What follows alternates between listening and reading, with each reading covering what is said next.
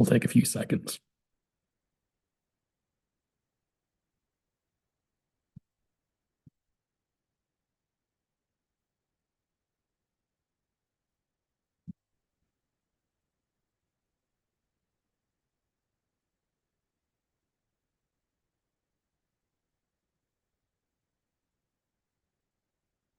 Okay, it seems to be live on YouTube, so that's good. For those who are wondering, I was sick for some of the day and I decided just to cheer myself up by doing a live stream. But hopefully someone will actually join us. I'm going to send out the link to a few friends. So, but if not, I'll be sharing some notes for the gospel doctrine class I was hoping to teach in 2 weeks' time, but turned out I got my wires crossed.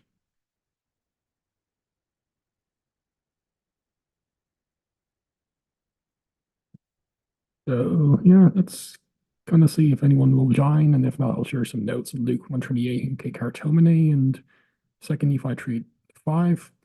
Thomas, nice to join us. If you want the link, PM me on Facebook and I'll send it to you. Maybe we could actually have that discussion now if you want, but if not, well, nice to hear from you. But yeah, I'll give it a few minutes. I did send out the link to some of my fellow nerds, but if not, I'll share some notes. And if anyone wants to ask me anything, super chat and I'll answer. I paid my first US tax bill today. So yeah, I need some cheering up.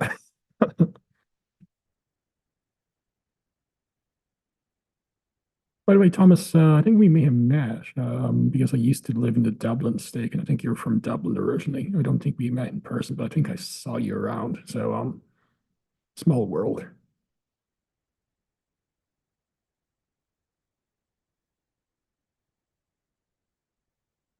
Well, for those who are just tuning in, though, let me make a few announcements. On this Wednesday, well, actually, tomorrow, I do have the Jeff Lindsay Book of Mormon Evidences podcast. So we'll be discussing, like, say, various evidences for the historicity of the Book of Mormon, such as the Arabian Peninsula geography. Knowing Jeff, I'm sure things like chiasmus will be discussed, as will names and words in the Book of Mormon. So shout out to Matt Bowen's recent work in the last couple of years on that excellent topic. Check out Matt Bowen's work in Interpreter, the Interpreter Foundation website. So yeah, that's gonna be fun, and I will actually have a post podcast episode live stream or shell stream. Some friends want that, so we'll probably like discuss the episode and shoot the bull a bit as well tomorrow. This is a bit more of an impromptu thing. And also on Wednesday at 7:30 Utah time, I will be joined by Blake Oster to discuss the mathematics of infinity, whether or not there's an actual infinite past, and other things as well. It'll be a response like some of the assumptions behind the Kalam cosmological argument by Craig and Copan and others. Hopefully, we'll make the math of infinity a bit more understandable to people like myself and others. But yeah, that'll be with Blake, who's probably the best Latter-day Saint philosopher alive at the moment. And on the 20th, which I believe is a Tuesday, Tarek Lacour will be coming on to discuss the A and B theories of time. And yeah, I'll answer the questions in a second. And on the 24th, which is a Saturday, Kevin Christensen will be coming on to discuss and basically Margaret Barker's view of the Deuteronomistic reform and like the anti-Josiah, anti-Deuteronomistic take. I reached out to like one BYU professor. We've been in an email exchange, and hopefully we'll have him on to discuss a more pro-Josiah, pro-Deuteronomistic reform perspective as well. But yeah, you're from the Clondalkin word. I was baptized and actually attended the Clonsilla Ward for a couple of years when I was studying the university. Didn't tear near when I lived in Dublin. But cool. From Shenyu Mo, hi Robert. I'm wondering if you have any plans to write more books. Love the Mariology and Baptism ones. Glad you enjoyed them. I've been wanting to write a book on Joseph Smith's prophecies, but I think that's actually going to be a work project. So I'll probably do that through the B.H. Roberts Foundation.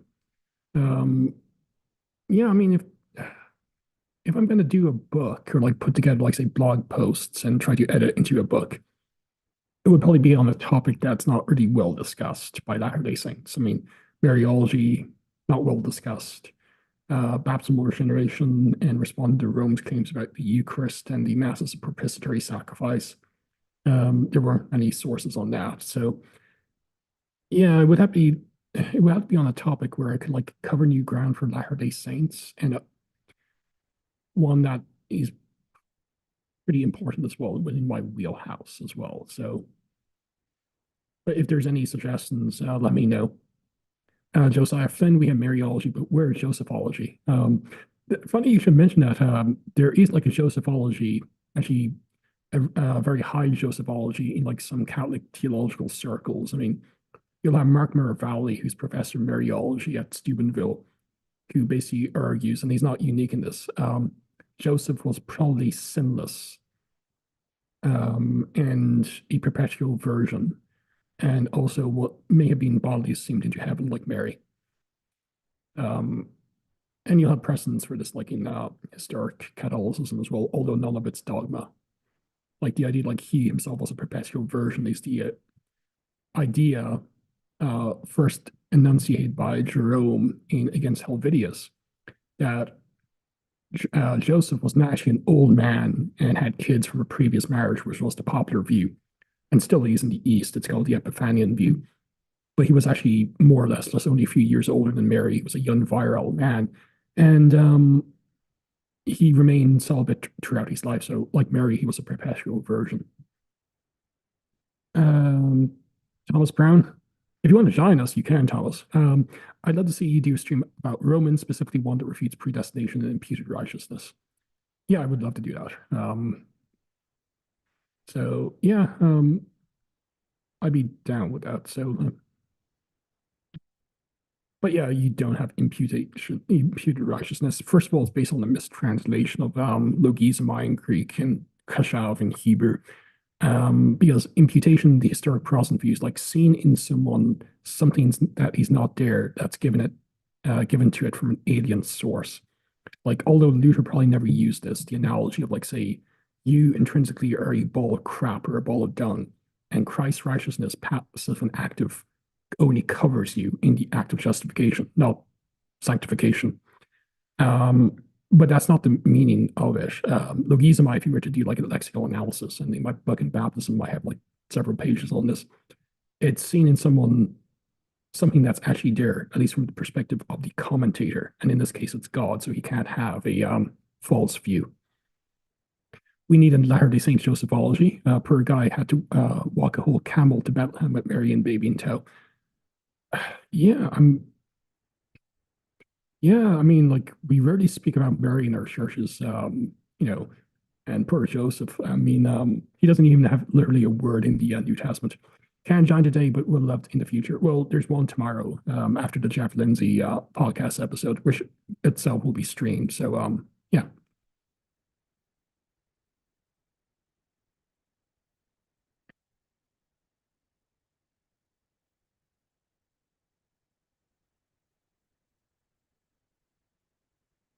Just responding to someone who I hope to get on, Travis Anderson. But yeah, good questions.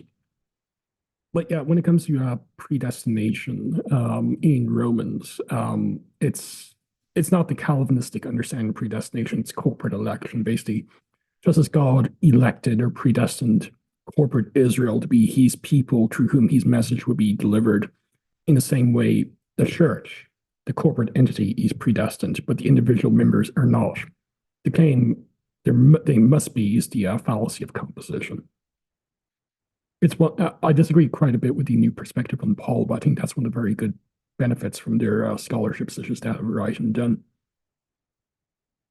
We went about depression is so rampant in the prop world. It's what you get when you have a satanic false theology. How do the Nephites have the priesthood? They aren't Levites, so where do Lehi? They wouldn't have held the Levitical priesthood. They would have held the Melchizedek priesthood. You can see this like when it comes to King David and his sons, they had a priesthood. Melchizedek was not a Levite. He needed priesthood. Jethro, the father-in-law, Moses, was not a Levite, and he's referred to as a Kohen in Exodus 18 and a few other places as well. So there would have been others with a priesthood authority. But as we know in Section 84, it was taken away, but there seems to be like some strands of it still remaining even during the time of Lehi. Now, you mentioned doing a stream about Christology. That would be an interesting video book. Yeah, I think that would be a great book to write.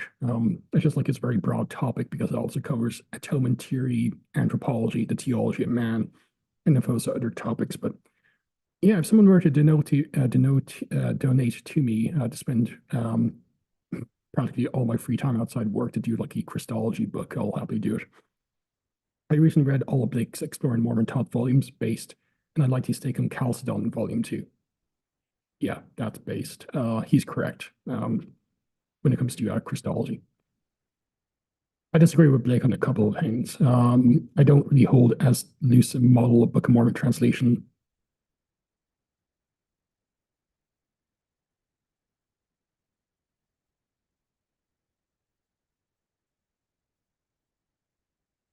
Respond to some people. Yeah. It's like Blake's a personal friend of mine, so I'm biased. But oh great, Travis is entering the room. Blake, as I said, is a personal friend of mine. He's done some great work. Hi, Svensson. If you want to join, PM me on Facebook and you can join. This is just like a shoot the bull kind of thing. But as I was saying, hi Ryan. Yeah, the infamous Ryan, aka Travis Anderson, has joined us from his Or pirate lair. Just was commenting on Blake Ostler. Like someone in the live stream just said, like they've read all these Exploring Mormon Thought volumes recently and agree with his take on Chalcedon in one of the volumes.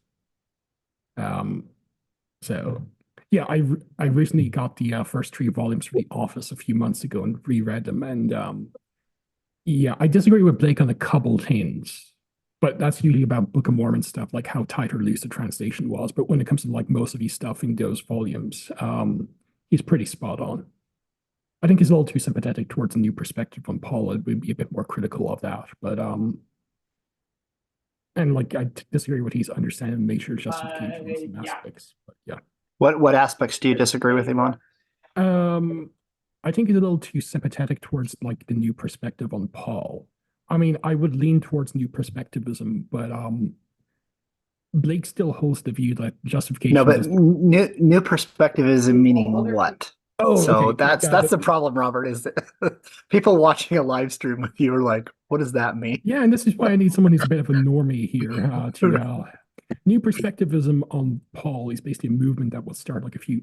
It had like its seeds in the 19th century, but like it really came to flourishing with like E.P. Sanders and a number of other Protestant scholars, like N.T. Wright, who I'm sure you've heard Hmm. of, and James Dunn. Right. Yeah, It was basically, yeah, it was basically the view like Second Temple Jews were not that the Protestant reformers were wrong, correct, about Hmm. they're correct in claiming they were wrong, about how they read Paul and his arguments against works and works of the law. Because like they would argue that they were reading back 16th century disputes into like the Second Temple texts, including the New Testament, Right. where they kind of caricature like, the Pharisees and other Jews as like Pelagian Romanists, and them as the grace. Paul is like grace and grace aloners, if you will. That's a caricature a bit by myself, but that's basically the view. They were misrepresenting Paul and reading him their dispute back into him anachronistically. And like, although I think Sanders kind of was exaggerated the evidence a little too much, they did show that not all Jews were like, say, legalists or believed you could work yourself to salvation through the law of Moses.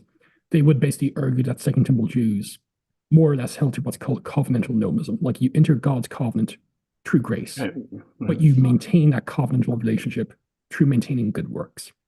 And finally, like even some critics of our theology argue our theology is not Pelagian, it's actually covenantal nomism. Like Hmm. J.P. Holding in his book, The Mormon Defenders, and geez, credit, he's correct. So they basically said like the dispute was not about grace. It was basically like the works of the law and what that meant. Like, could he be saved through keeping, like, say, kosher laws, circumcision, and so forth? And the argument was like, no, you're saved through Christ. And there's like other nuances to it, but that's basically new perspective and some like, and of course, like that did not really go down well when it comes to say historic Lutheran and Calvinist theologians. They don't like the view. Um, But that's basically what new perspective is. Like, it's covenantal nomism. It's not basically raw works righteousness when it comes to, say, Second Temple issues. And that would kind of affect how you would read, like, say, the polemic in Romans and Galatians, for instance, like in Romans 4, Right. and justification of Abraham.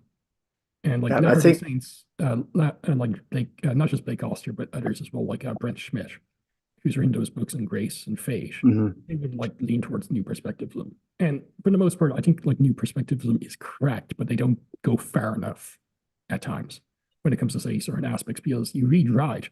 He still basically believes that justification is in some sense a legal declaration. There's no transformation of the person.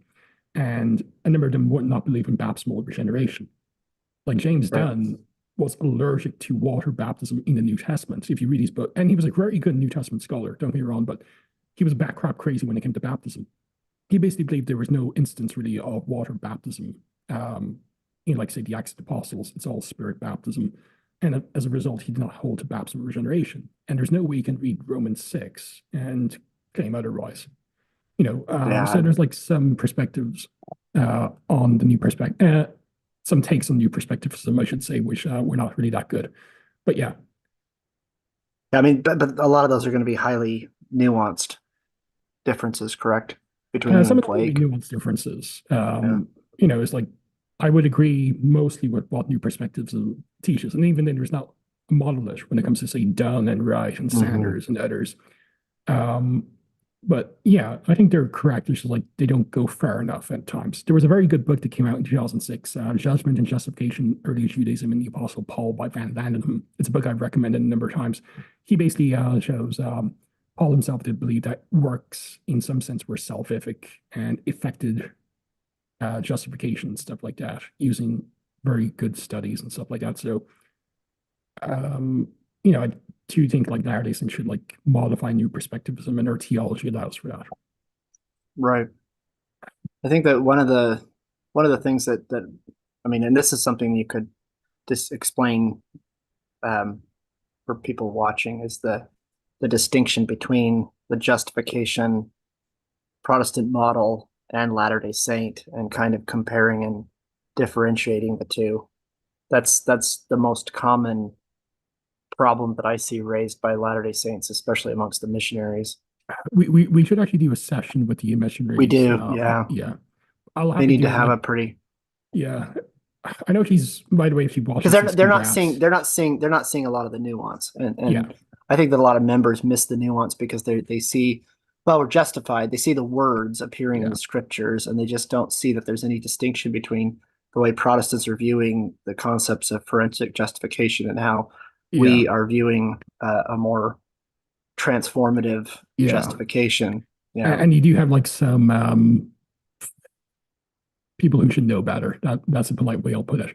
Like Robert Millet and a couple others at BYU and a few other places that argue Well, like that's the problem is that reading our their theology is the same as John MacArthur, literally. right. And it's like, no. Millet's easy to read. I mean, one of the things I first started doing was reading a lot of Millet when I first got into I tried to understand Oh yeah, LDS he's a very theology accessible because he's author. very easy. Yeah. Yeah, And so his but the problem with it is I think he blurs lines that I don't think he intends to blur. Sometimes I think he's intentionally kind of being vague in order to bridge a gap that exists, which I've never been one to think that the best way to approach people of different philosophies within Christianity is to try to agree.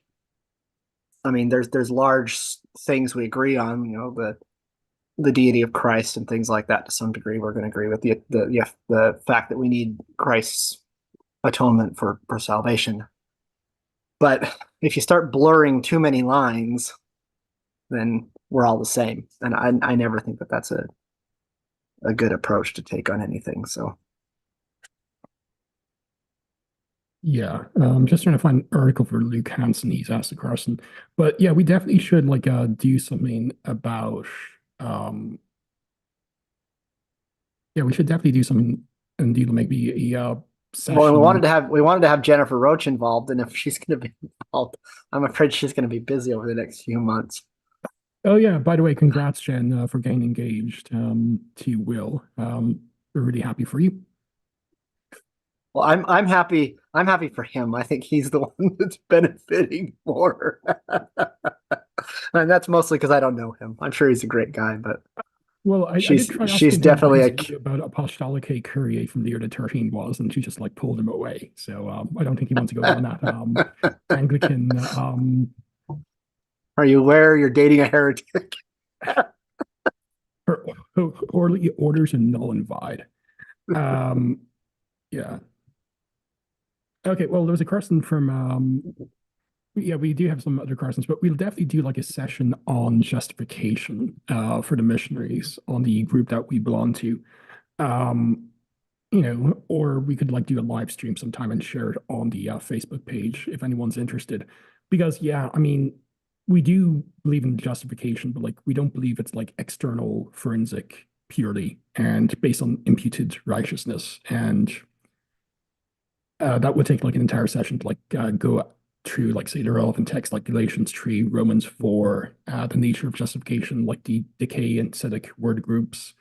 But like yeah, I'd happily do that. And I don't know if Or there's like any, just an analysis of Romans. I mean, it's the most common yeah, text that's brought up, and the way that Protestants understand that text is so convoluted and different, and it makes the text almost an other in our philosophy because they don't the words seem to be saying and agreeing with what the Protestants are presenting, and Latter-day Saints have to be more careful about the nuance and looking at the broader scope. For example, the conclusion that he's speaking to members of Christ's church and that they have already received baptism as part of the context of the letter. And I think that oftentimes people get mistaken that Paul's speaking to all Christians in or all people who will become Christian rather than a specific group at a specific time. So yeah, he's in like a church, which would be like a mixed community, and that's often overlooked. And mhm. again, as I said, like it's corporate election that's in view. We do have like some questions. First of all, Luke Hansen sending the super chat. Thanks, Luke, for $5. Response to the argument that in the name of the Father and of the Son, Matthew 28:19 is referring to the Trinity because the name is singular. Yeah, to be fair, Libertines, first of all, like there are some critics of the Earth Church who are Trinitarian, like J.P. Holding, who does not think this is a good argument. And you can go on his website on tectonics.org where he says this is not a very good proof text. It's consistent with the Trinity, but it's also consistent with other forms of theology. For instance, the very fact that the name is singular could also support modalism in some sense as well. Also, it requires, like, say, it could even support, let's say, Socinian or Unitarianism as well, because it doesn't actually say the Holy Spirit's a person. It just says that there's three somethings or someones, and that's a triadic statement. And it's consistent with our theology. I mean, Latter-day Saints, including myself, are baptized under that very same triadic formula. So, like, when it comes to, say, triads, and I'll address the name singular issue momentarily, um, a triad does not a Nicene Trinity make, because the term trinitas or trias were used by the Latin and Greek patristics, even those who were not clearly Trinitarian, like Origen and Tertullian. Our friend Dr. John Gee of who holds the Charles Spurgeon 4th Century Fathers share at his website. He argued like there's thousands of church fathers who believed in the Trinity, and he referred to Origen, who do not believe in the Trinity. If you read his dialogue with Heraclides, he argues that the Father and Son are in some sense one God, but in another sense two gods. And Tertullian did not believe in absolute divine simplicity. He's also very problematic for any triadic Trinitarian understanding. He's not a proto-Mormon as well, but there you go. When it comes to say the name Trinity singular, however, it's an anachronism. To read back into like say three persons, one being. Um, and also like it's also a Hebraism. You kind of see this, for instance, in the Septuagint in the Hebrew Bible, that plural persons have a singular name. For instance, Genesis 5:2, male and female, he created them and blessed them and called their name singular Adam in a day when they were created. Another would be Exodus 17:7, and he called the name singular of the place Massa and Meribah. So there's two places, but name is singular there. In Exodus 23, verse 13, and in all things I have said unto you, be circumspect and make no mention of the name singular of other gods, plural. There's root 1, 2, and the name of them, and the name of the man was Eli Melech, and the name of his wife Naomi, and the name of his two sons. So the mention of two sons, but name in Hebrew is actually singular, and so on and so forth. So it's actually very common Hebraism or Aramaism that appears in Matthew 28:19. I'm actually going to share the on the Shash the link. It's a response to God Loves Mormons on the Trinity for those who want it. But yeah, there's some other questions. Thomas asked, what ward am I in now? The Holiday Single Adults ward, where I teach gospel doctrine once a month. Swinson Bailey asked a question I've been asked is, when did the apostasy start? This is an interesting question to answer with Clement, with Polycarp later. When do you think? That's actually a very good question. I believe that the apostasy basically was beginning even around the New Testament era. It didn't begin, it not begin like say one place or one time. It was beginning around the time of the New Testament. You see these warnings at least local churches, not necessarily the church corporate at this time, but local churches were in danger of completely collapsing. You see these warnings in the book of Revelation. I hold to the traditional date of Revelation mid-90s, where like the lampstand, if you will, of some of the congregations were threatened to be taken away from them. So, and like you have warnings in Galatians and other passages as well of some at least local apostasies as well. In my view, I don't believe like say you can see like say Nicaea 325 or Constantine or Augustine, and that's when the apostasy was full flower. It's a process, and it still is actually an ongoing process. We speak of the ongoing restoration. There's still an ongoing great apostasy when it's like Roman Catholicism, Eastern Orthodoxy, Protestantism, and other false, to be PC, not so PC about it, expressions of Christianity. It's still ongoing. So I don't say you can say like, well, it began with Polycarp, it began with First Clement, or Clement of Alexandria, or Justin, or Tertullian. It was like an ongoing process, east and west. So there you go.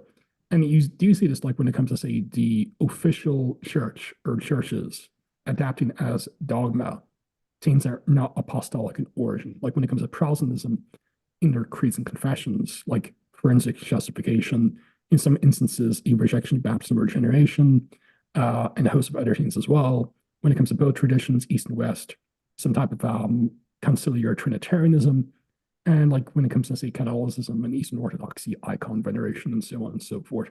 So like it's a process, both East and West, and you can't say like it began with Clement, it began with Polycarp. It was an ongoing process, even around the inscripturation of the New Testament. Because I kind of like groan whenever I hear like Latter-day Saints claim like the apostasy began or like it reached its pinnacle, if you will, at say Nicaea 325 or with Constantine, when they have never read, say, anything to do with the Council of Nicaea. They don't know its context, and they don't know anything about, say, Augustine or Constantine. It was an ongoing process. So, do you have any thoughts yourself, Travis? Yeah, and I think that it's important to understand that because that's one of the. So when I was having the discussion the other day with another Paul, the Not Paul Gee. another Paul, the thing that he was trying to do with the missionaries was pin them into the loss of priesthood authority as the complete definition of apostasy, and then he has a shtick that he's learned on specific scriptures or verses or thoughts to refute that clear delineation. And of course, he wants prophecies of an apostasy from the Bible that foretell the future apostasy, which the church has interpreted passages throughout the biblical text as being foretelling the future apostasy. But by not understanding that apostasy, just as you were saying, that it's an ongoing process, just as we receive additional revelation to clarify past misunderstandings or mistakes in our doctrine, they similarly are doing the opposite as they're starting new creeds and new statements and new dogmas that are being added to their own traditions, which are more and more and more far afield. And you listed several. So Yeah, I discussed some with Terrell Givens like a few days ago, like mhm. divine simplicity in the West, absolute divine simplicity, and those of other things as well. But yeah, and like if you want, like, say, a very good take, read the 1832 First Vision account. And Jesus is not very politically correct when he condemns basically the creeds and confessions of the faith, even more so than the 1838 account of the First Vision. But yeah, it's a process, and you can't say like it That's began or that's a good started question. What's your take specifically on what was meant in that statement in the 1832 account? that the When creeds and the con confessions. Yeah, what exactly is being referenced in that statement? Because that's often they call that as a call to arms. That's a polemic against all Christianity, and therefore they're justified in whatever attacks they want to level against Latter-day Saints. So, what do you think was meant by their creeds are abomination? Basically the like creedal formulations, like definitely the Westminster Confession from 1646 and other man-made and uninspired and frankly substantially false creeds and confessions that are expected for like a test of orthodoxy. Like when say the Reformed tradition, Westminster, the London Baptist Confession, and when like say the East and West, various aspects of say the Nicene Constantinopolitan Creed and so on and so forth. So that's my take. And But I would that be definitely a? do Do believe the Westminster Confession is definitely in view though. you think that that would be a denunciation against all creeds? So, for example, Latter-day Not Saints every don't single necessarily creed, but have like creeds right. that like or like basically representative, if you will, of the various confessions which were false, basically. Right. So it's not a denunciation of creeds in toto, because like you could make the argument, like say the Articles of Faith is in some Right. sense creed, and which is kind of. But when they say when Christ condemns in the First Vision both the 1832 and 1838 accounts of that, or which is in the Pearl of Great Price, the Creed and Confessions, it's not saying all creeds or confessions are false, because like if that's the case, like any confession one makes, about their belief is ipso facto false or offensive to God. No, it's like the Cretan confessions definitely were understood by Joseph as those false, substantially at least, Cretan confessions that were like a test of orthodoxy in at least various traditions he was familiar with. You know, Right. Well, and I think that's why it's important to kind of clarify some of these issues specifically because Latter-day Saints, in talking to evangelicals, especially those who are kind of at odds with us or attacking our beliefs, are they use they use a mistaken nuance in order to misrepresent the ideas, and the person don't catch on to the subtleties in what they're saying. So it's like, well, you're denouncing creeds, all creeds.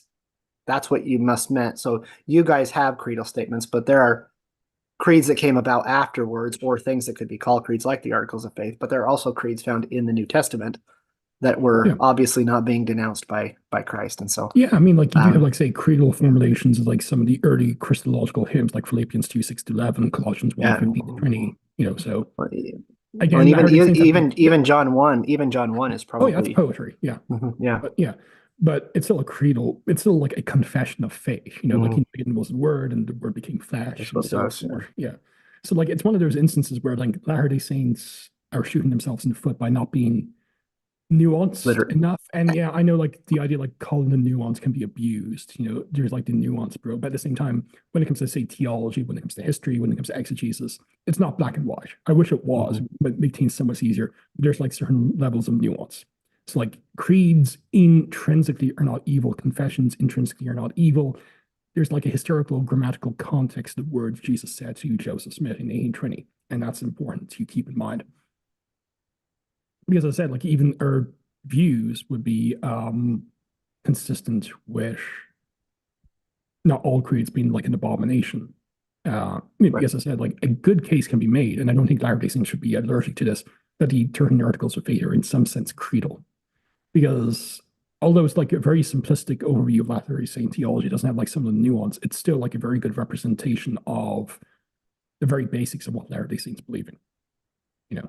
Well, Yeah. and there's even some elements of the early creeds of Christianity that do have some truth to them, Oh yeah, certainly, sure. and it's where they modify And here's the thing, too like far. even the Westminster Confession of Faith, and I'm firmly in the camp, I think Protestantism is satanic, especially Reformed theology. Not everything is wrong. In fact, like Right.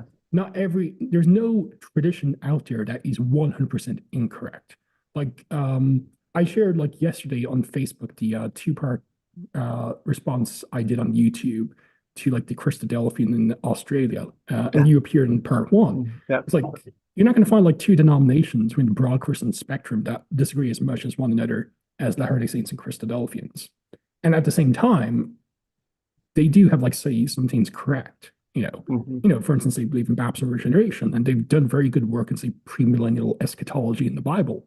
You know, um, you know, so again, like one can learn from like other creeds and confessions, even if like most of it is rank heresy. Like if a Latter-day Saint were to read, like, say, the Catechism or the Canons of Trent, for instance, there's some things we would actually jive on, like, say, transformative justification, the necessity of water baptism, and a host of other things. Just like when it comes to certain other things as well, like icon venerations, like blasphemous. Yeah. So again, so it's not like all or nothing, even when it comes to like creeds and confessions of, say, Presbyterians and others. Um, Tage says, I would love a dive into Romans. The Protestants are so confused about it, especially when it talks about being joint heirs with Christ. If you go on my blog and you type in gospel doctrine slides, I think it's for August of last year when we were discussing Romans. I do have, like, say, a slideshow based on my lesson for my ward on Romans, and I discuss predestination and other topics. But yeah, if someone wants like a deep dive into Romans, that would be a fun thing to do. Alvaro says, slightly related to New Perspective on Paul. I really liked your interview with Brent Schmidt. He was a former professor of mine. Brent's a cool guy. He also adds, I was lucky enough to read Schmidt's manuscript about Christian history, which he used as a textbook, and hopefully it gets published.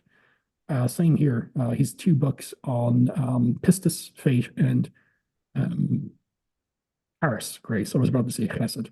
Hmm. Charis. Very good volumes. He also has like a commentary on Romans forthcoming, so hopefully that will be good. It'll be part of the BYU New Testament series. Josiah Flynn actually writes something which is, I think, very apropos for the discussion on the apostasy. Throughout the Bible, especially the Old Testament, apostasy tends to creep in across society rather than start with a single event. That's true. You can't point to, like, say, this one single person or this one singular event started at all. It was a process in various geographical areas and over like certain topics as well. I do like think you can point towards, like, say, if you pick a religious tradition, you can definitely pick, like, say, where they effed up pretty badly, like in their history, like Eastern Orthodoxy and Roman Catholicism. You can definitely say No, they 787, Second Council of Nicaea, when they dogmatized icon veneration, which is frankly idolatry. Or like when it comes to, say, the Protestant tradition, at least the creedal confessions would be, say, Westminster 1646, where forensic justification was basically not dogmatized. We don't really have that ecclesiastical authority, but like basically defined what the gospel was for those who acquiesced to those creedal statements and so forth. So yeah, that's a good point, Josiah. Nutty Entertainment, what's your Joseph Smith-ology? Any merit to him being a Moshiach? How do you understand the connections between Genesis 50, JST, 2 Nephi 3, Jacob 5, Romans 11, Ezekiel 37? Um, yeah, first of all, avoid Avraham Gileadi. Um, I have a very high view of Joseph Smith. I believe that he's a prophet of God, and I do believe anyone who rejects that will be condemned at the end. I agree with Brigham Young. For those who have heard of Joseph Smith in this dispensation, how you received him will be one way you will be judged. So, yeah. When it comes to, say, those various texts, though, Moshiach, yeah, in the meaning of, say, a deliverer and stuff like that. Yeah, like how it's used in the Hebrew Bible and also the Book of Mosiah. So yeah, I do think like there's merit to that. The connections between JST 50, 2 Nephi 3, Jacob 5, Romans 11, Ezekiel 37. I believe when it comes to Ezekiel 37, I don't believe the Book of Mormon is the stick of Judah. Um, Stick of Joseph, I should say, is actually the record of the stick. If you see section 27, verse 5. But I do believe Joseph played an instrumental role in producing, translating that, and dispersing it throughout the world. And I do believe, like, say, in 17 by 3, he's the one who fulfilled it. Same with JST 50. The Baker Knights actually believe it's like a end time Lamanite prophet. So, but that's based on, like, say, one or two of the verses. But by the way, hopefully I will be meeting Josh Gailey next Saturday. He's having a worship meeting in Saturday and Sunday next week in Utah. So I might actually just go there for the Saturday just to meet him in person. But and who is he? Oh, he's a member of the Church of Jesus Christ, the Bicker Knights, but he's been on the Hmm. podcast before discussing Oh his yeah. book, comparing the evidence for the resurrection and the evidence for the Book of Mormon. Oh yeah, yeah. Mhm. Yeah, him. Okay. Yeah, he's a good guy. We often joke like how he's a member of the third largest Mormon Yeah, institution and the second largest that accepts the Book of Mormon. Yeah, but yeah, I could spend like a long time on that, but like, yeah, I do believe like he's the end times Joseph who's prophesied in Second Nephi 3 and JST 50. Romans 11 and Jacob 5. He may, if I understand like what you like maybe connections there, he was used as an instrument, like say the regathering of Israel. So, but I don't believe like say Jacob or Zenos, who he's quoting, or Paul was cognizant of an end times Joseph. Okay, all those Isaac Watts hymns we use, I know Godless Unitarian. How long until a temple era? Um, a temple what now? oh, in Ireland, based Oh, in era is the Ireland. Irish for it. Um, I would love, I'm not going to lie to you. I'm 36 now. If I see a temple in Ireland by the time I'm 70, I'll be surprised. And that's not me being negative. It's just like there's not a lot of church members. There's like two, maybe soon to be three temples in England. Birmingham being the third already. So I don't think there's like an expediency. And I just don't believe, even if you add Northern Ireland to the mix, that a temple would be built in Ireland anytime soon. I mean, the retention rate has always been bad in Ireland, but you know, there's a part of me that kind of hopes that will happen, but I don't know. I just don't see a temple being built anytime soon. I hope I'm wrong. Okay, so, but yeah, how many members are in Ireland, do you think? in the Republic, I think there's like 2,300. But like if you look at the census, only look at 8 or 900 put down Latter-day Saint. So like the That's retention not rate's a always been bad. In that's not Northern very Ireland, I many. think it's about 4,000. But I haven't looked at those figures for the North for a while. But again, retention rate would be pretty bad. But it's Europe, so unfortunately. But Europe's yeah, bad all so over. yeah, unfortunately, and there's already like two active temples in England. I don't think they broke ground in Birmingham yet, but if they even proceeding from that, I just don't think from a church perspective, there's like a burning need for like a temple in Ireland because like you also need like say temple workers as well, and you need like a certain amount of people for that on a regular rotation. Um, So as I what's said, the like people closest temple really then? sorry. What's the closest temple then to where you lived? Depends on your district. Like there's one in London in Chorley, which I've been to like uh, a number of times, and there's one in Preston as well. So they're And how not far too far away? away. What or is it No, it's short just like plane people get, ride?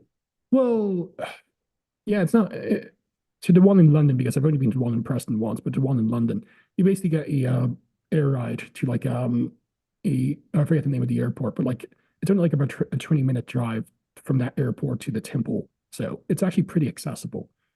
No, so again, I just don't think there's like a burning need from the church to actually build a temple in, anywhere in Ireland, like either the south or the occupied counties, as I call them. But as I said, I would love to be wrong. I don't want to seem like I'm negative. It's just like having lived in Ireland, I just don't see a pressing need at the moment.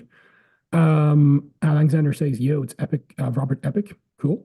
Eric Larson, I've read the Apostle Creeds. It's the Apostle Creed. It's really not too bad. Yeah, I agree. It's not too bad. Yeah, it's not bad. No. I mean, if you don't assume creation out of nothing, when it says God created and stuff like that, it's actually pretty par for the course. You could It's actually pretty, yeah, it's substitute pretty that for the benign. articles Yeah. of faith. Yeah, it's just Yeah, like it's the pretty more benign. later formulations, and also not just like the words, but the assumptions going into the words as well. Hmm. That's pretty important. Like, we believe God created, but do you believe ex nihilo or ex materia? And also that has logical and theological ramifications as well. When it comes to say Christology and anthropology, and that's just like creation subtext. Josephson, and by the time apostasy creeps in, the biblical authors seem to focus more on how the Lord addressed the problem as it stands. Yep, there's like um, a tensed time problem. Like when it comes to apostasy, often we were addressing the apostasy at that time. They weren't necessarily prophesying about like how bad it would get later in other generations as well. Which is why, like, whenever I discuss, and you see this in my video with Nick the Catholic, the young fellow who I had the cordial discussion with. whenever I discuss it with a Catholic, I basically just say, for the sake of argument, I'm going to assume there was no great apostasy and Mormonism is false. Show me Romanism, or I would just say Roman Catholicism in the open centuries, consistent with Rome's claims about the ancient church. But like, I think the best text Latter-day Saints have would be Revelation 12 for like the woman leaves the church and she goes into wilderness for like say 1,260 days and a number of other things as well. That seems to be like a corporate entity being inaccessible largely. But like there's like some of the texts Latter-day Saints tend to use. I just don't. I usually like go to history. Like whenever I discuss things with a Protestant, it's like, okay, you don't believe lapse and regeneration is true. You believe in justification by faith alone. That's forensic and so forth. You don't believe in the ordained priesthood. You believe in the priest of all believers merely. Okay, can you show me someone who actually explicated that in the first century, second century, third century? And by the time I get to say fourth century, they might just say Charles Spurgeon.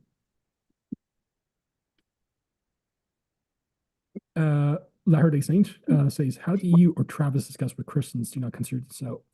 Okay, how do you or Travis discuss with Christians that do not consider themselves Protestants or evangelicals in reference to any confessions or creeds? Basically, how do you deal with non-denominational types? So what I do is I make them create a denomination, and then we start talking about that denomination. Because Yeah. if somebody's going to be wishy-washy and not have any formulaic understanding of a systematized theology in anything, then you have to create one from their own ideas. You have to say, okay, what is your understanding of the nature of God? What is your understanding of the way in which salvation is received? What is so you have to actually, and then you have to have them explain where they get those ideas. And that's the only way I know how to do it. The biggest cop out when it comes to theology, well, it's one of the biggest cop outs is like, I have no creeds or confessions. I just believe in Jesus. I just believe in Jesus. I read the Bible and I believe in Jesus. Like, okay. Okay, it's like, okay, so do you believe like say Latter-day Saints are Christian? Well, no, but okay, but we both believe in Jesus, but there's Christological differences. So, you believe or you guys have additional scriptures. Heterodox. Yeah. Okay, right now. Okay, so now you believe in sola scriptura. Yeah. Or at least some form of it. Yeah, and you also have a bibliology, that is theology of the Bible, and so forth. It's like there's a very good meme where like a Lutheran woman is saying hi to someone. It's like, hi, I'm Lutheran. It's like, hi, I'm non-denominational. And then she says, oh, hi, Lion Baptist. What, like the whole non-denominational type is like, yeah, you can't claim you don't belong to like a specific denomination because maybe one does not fit like everything you want to tick off when it comes to say the box, But at the same time, like you do, like if someone's like say I'm non-denominational, it's like you still would have like say some certain theological beliefs you would hold to be central and of necessity, and as a result, certain beliefs you would find to be heterodox and frankly damnable. For instance, like do you believe it's okay to pray to and true saints such as Mary, or do you believe she was a perpetual virgin? It's like no, okay, so you have like a modern Protestant Mariology and so forth and so forth. So I was just going to get them like say to make positive affirmations as you would as to what they believe, but also explain why they would believe like say what us as Latter-day Saints believe about say Christ or the atonement or the intermediate state or whatever to be heterodox if not damnable.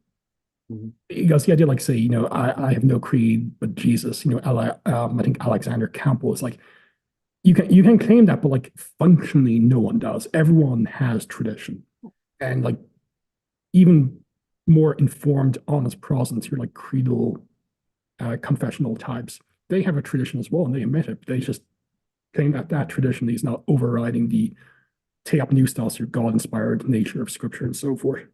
And usually, I find that the motive for suggesting that, which I see it a lot in some of the discussion groups on social media or things where, and they're usually those people are very ill-informed. They do believe in some kind of version of sola scriptura with respect to the Bible. They think that that's the associated authority in Christianity.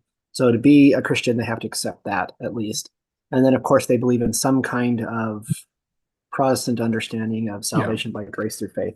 So they usually have at least those like two. Creedal, usually it's not like say they tend to be not to be Catholics. Well, they don't even understand that those are creedal in nature. That those originate in some form, and they are written down and documented and identified, and they've been picked apart and they've been identified and clarified throughout the centuries. And so it's not like, and so what to me it usually is it's a product of ignorance. They really don't understand either an Eastern or Western tradition or Protestantism. They have no idea. And so this is their way of escaping being pinned down on a theological position. And so what happens is the way you can kind of maneuver around that is they start attacking Latter-day Saint theology. And once they've done that, now they're making affirmative statements that we are wrong, just like you were talking about. They have to now explain, why are you in opposition to our understanding of the Godhead, of whatever you think our soteriology or whatever is objectionable, why? And on what basis do you do that? Because what they're trying to do is it's a relationship, not a religion. False And it's this, dichotomy. yeah, which is this, like, okay, you don't understand what words mean. And Okay. also, if that's the case, like, how do you explain, like, say, the ecclesiology in Acts and other texts, like Matthew, also Paul's condemnation of the Galatians? I'm sure they, believe more and more, less like in line when it comes to certain beliefs as well with Paul, except for like how one entered the new covenant. And Yeah, how well, would they Paul all would mention believed that. in Jesus. It's just they all had different beliefs about Yeah, but who like and once you what say that like, well, figure was. JW's also believed in Jesus. Do you believe that you're correct? It's like, no, okay, then there's a certain Christology you think he's orthodox and a certain Christology you think he's, if not damnable, at least heterodox in this kind of purview here as well. So yeah. Alexander McBride, It's yeah, largely a dishonest position. So yeah. Not, yeah, functionalities. Alexander McBride, any take on how Joseph, probably Joseph Smith, the apostles in New World and Old will have a hand in judgment when the New Testament and Book of Mormon are so explicit Christ will be judged. Um, yeah, my own take is like Christ will be the ultimate judge. Yeah, there were like subordinate judges in that as well. Like, you kind of see this, for instance, in First Corinthians, I believe it's chapter 5, where the saints are said to judge angels. Yet God and Jesus will be the one who will judge angels ultimately as well. So like it's both and, but like the New World apostles when they judge, like say people on in the New World with respect to say how they accepted the covenant offered through the Book of Mormon and so forth, they'll play a subordinate role. The in Matthew 19, where like the 12 are promised to like play a role in the judgment of Israel, they will play an active role, but it will be still subordinate to the role Christ will play as a judge. And the same when it comes to say those in this dispensation with respect to how they accepted Joseph Smith and so forth. Like, yeah, Joseph will be a judge, but it will be in a subordinate sense. Like an analogy that comes to mind would be like, Christ is the only mediator between us and God. Like in ultimate sense, that's correct. Yet, like and I think Catholics abuse this idea, but like it would be something that they would jive with, and I think even Protestants would. In a subordinate sense, we're all, in a sense, mini mediators, and like God uses us as imperfect instruments, like say mediating the gospel and so forth, and or praying for people, and we know Christ intercedes for his people. So, with that as an analogy, Joseph Smith would be like a very subordinate judge in judgment. The Book of Mormon apostles and the Old World apostles will be playing like an active but subordinate, secondary judgmental role as well when it comes to say the final judgment. In the same way with how the saints will play a role in judging angels, a la Paul's explicit teachings in 1 Corinthians, and yet they will not be the ultimate judge as well. So it's basically a both and. Once you understand like the different senses of like primary and secondary um, mediation and judgment and so forth, I don't think it's an issue. What about yourself, and Thomas? how that's often misrepresented, I think, I mean, you made the statement, for example, that we have to accept Joseph Smith, and I think that's true, but I think that would be true of prophets, like God's prophets. You can't reject Moses as being a prophet Yeah, and still be acceptable to Christ. You can't accept Abraham as a prophet and still be acceptable to Christ. I mean, this idea of Joseph Smith is one of those prophets, and he certainly served a significant role, at least in the Latter-day Saint tradition, in his presentation and restoration of the gospel. And so he's going to have one of those similar roles as Abraham, as Moses.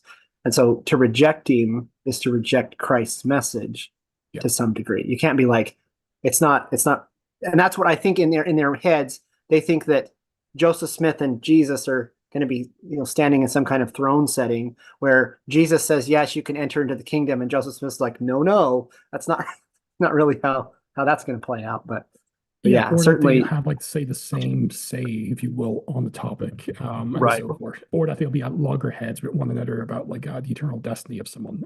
No, The way of viewing that is if you're at odds with the theology and the religion that was restored through Joseph Smith, you are at odds with Christ. So that would be the Latter-day Saint position on that. You're literally rejecting the gospel in its fullness. yeah, yeah, that's a good point. Let's see.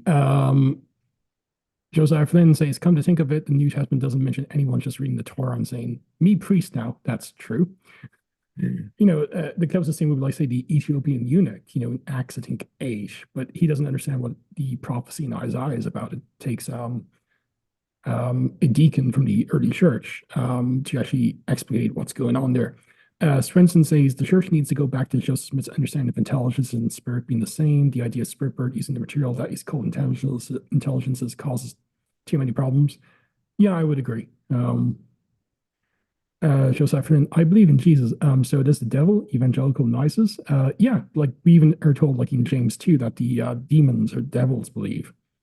I'm sure they would have like a very orthodox confession based on the supernatural knowledge they have, and yet, that's a problem.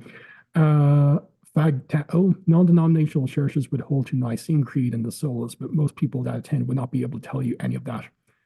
Yeah. It's not the case when it comes to, say, more confessional formulations like, say, High Church Lutheranism, Anglicanism, Presbyterianism. But like when it comes to, say, American evangelicalism, there's a lot of low IQ theology wise when it comes to people there. Like they tend to be like functionally Unitarian or modalist when it comes to their worship. They cannot tell you, anything really, and they could not tell you like the history of the movement. I'm sure many of them think like church history began with Billy Graham or something like that, or Martin Luther was like the African American civil rights activist. Or like say the Baptist we had the conversation with, like when I asked them, like, are you Calvinist or Arminian? I'm not, I don't follow any man, I follow only Christ, or something to that effect. Yeah, that's one of those, Yeah. relationship, not a religion Or if types. you ask them And if you know they're what's Arminian, funny it's like, no, no, is I'm once not from Armenia. you find out he's an completely. elder in a specific church tradition, and you go and you look up that church's website, it's got this whole list of Yeah. statements that are essential to being a member of their congregation. So, yeah, so you can't have your Kate and Edith too. Yeah. Billy Linder, I have a Catholic set of conscious friend who I've had good gospel discussions with. Thoughts on how I might prove the great apostasy, given he believes the mainstream Catholic Church is apostate. Um, oh yeah, I struggle with the word prove, but yeah. yeah, a set of contests are kind of they're interesting. If you're still listening, like, could you tell me what flavor set of contism, like, do they follow the diamonds or do you follow some other group? But be that as it may, using the standards they would use to claim that, say, there's been no valid pope since Pius X, who died in October 1958, and Vatican II onwards is basically like a different religion than, say, the Catholic Church and what have you. Using those standards, could you actually consistently apply that throughout, like, say, the early centuries as well, and not hold to a set of contest thesis? Because I do think like set of contests are correct when it comes to certain things. I do believe like Vatican II, at the very least, how it was has been interpreted, even by cardinals and so forth, is a major rupture with say Vatican I or the Council of Trent when it comes to say the nature of salvation outside the church and non-Catholic sects, being part of a the people of God in how Vatican II understands it. Like one, he's deceased now, but Anthony Shikata, who's like a Catholic set of contest priest and author, he basically referred to like say Vatican II's ecclesiology as Frankenchurch. Like if you're familiar with Frankenstein's monster, where it had like say some natural parts, but then some very unnatural parts attached to it. That's basically the ecclesiology of Vatican II. Like you have the Catholic Church in which the one true church subsisting, but you have other true Oh. communions or impartial communions, in that people of God concept. I But was thinking that you were taking a bunch of dead body parts and putting it together into a monster, but well, okay. well, if you believe what Trent teaches or like the Council of Florence teaches about Eastern Orthodoxy, that is the case. I would just basically say, like, okay, being consistent, go back to say the first few centuries of Christianity and apply the same hermeneutic you apply to to the so-called conciliar church, can you not also argue for a great apostasy in some of these areas as well? Like the challenge to consistency when it comes to set of contests, I think that would be the way I would go about it. Um, so there's more I could say about sedevacantism, but yeah, that's kind of interesting. Latter-day Saint, $10. Thanks, dude. I really appreciate it. I would love to see you have Dave Butler on to discuss the Second Temple era Sermon on the Mount being no ordinance. Um, Dave is actually a personal friend of mine. We actually had lunch like a week and a half ago. So I'll actually text him maybe in like a week or two because he's done like a number of podcasts already. But yeah, I'll reach out to him like later this year to bring him onto the podcast. We could even do it in person maybe. Do you have a spreadsheet with what early church fathers held on certain positions? I do not. Um, I do like documentation when it comes to say certain beliefs, like say their view on theosis and their view on baptism and so forth, but I don't have a spreadsheet, although I would love, maybe we could get Earl Amy to do that someday. I was going to say Errol might have something like that in Yeah, his notes. yeah, Earl would probably be the best person to reach out to. I hope he actually writes a book someday. Yeah. Let's see.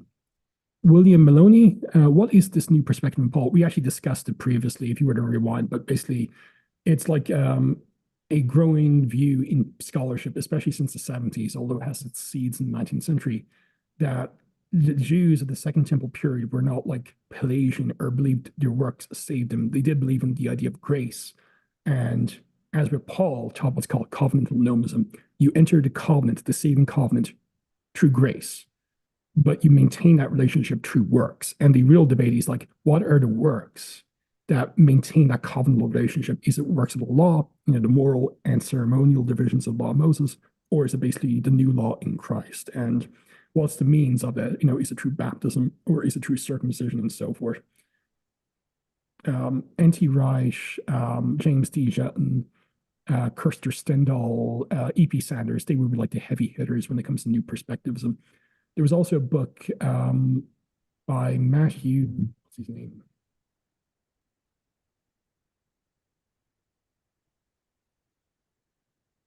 Matthew J. Thomas, Paul's Works of the Law in the Perspective of Second Century Reception. That is a very good book. It deals with the first 2 centuries, so it's not going to like be too bad when it comes to say like knowing who the figures are, but it kind of shows like new perspectivism using the first 2 centuries.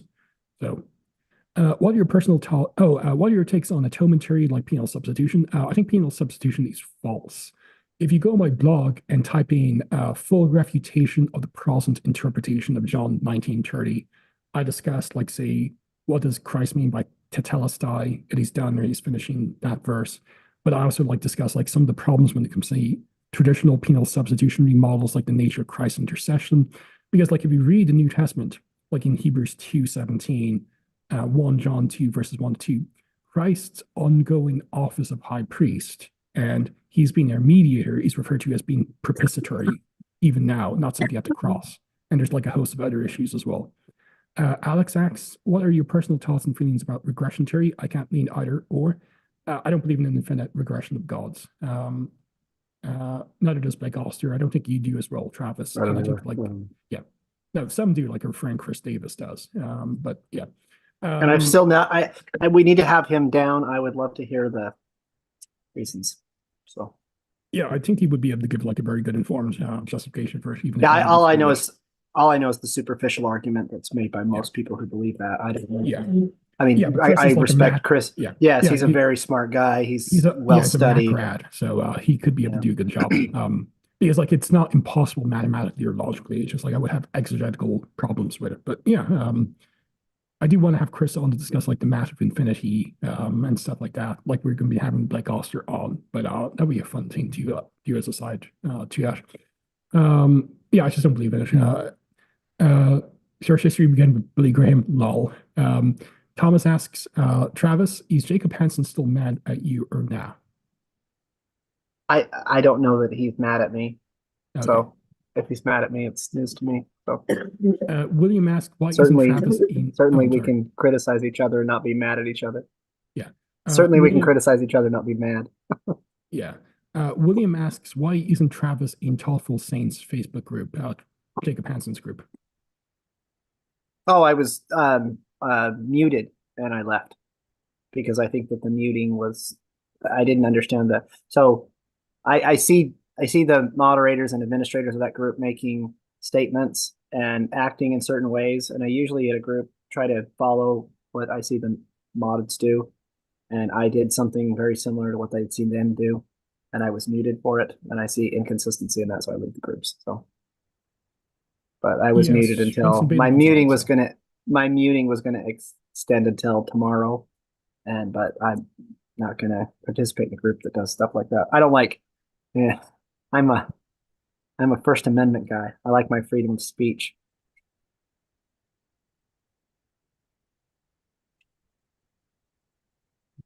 That's cool. I just sent a link to Swenson, so hopefully he'll be joining us. So, but yeah, if you guys have any other questions, hit me up. I'm sure when it comes to Swenson, but I'm just going to take like a toilet break. So, like Travis, if you have like anything you want to discuss, for like say, so there won't be any dead air, I'll let you have it. How about this? Like, you give your thoughts on why you reject infinite regression.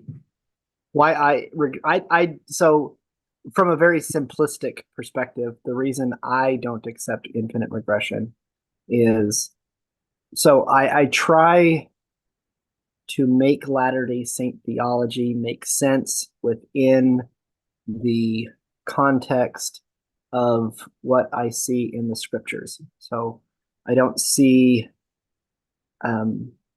the scriptures explicating an idea like that specifically. After reading a lot of Joseph Smith, with the exception of things like the Sermon in the Grove, I think that those contextually don't really support an infinite regress of deities.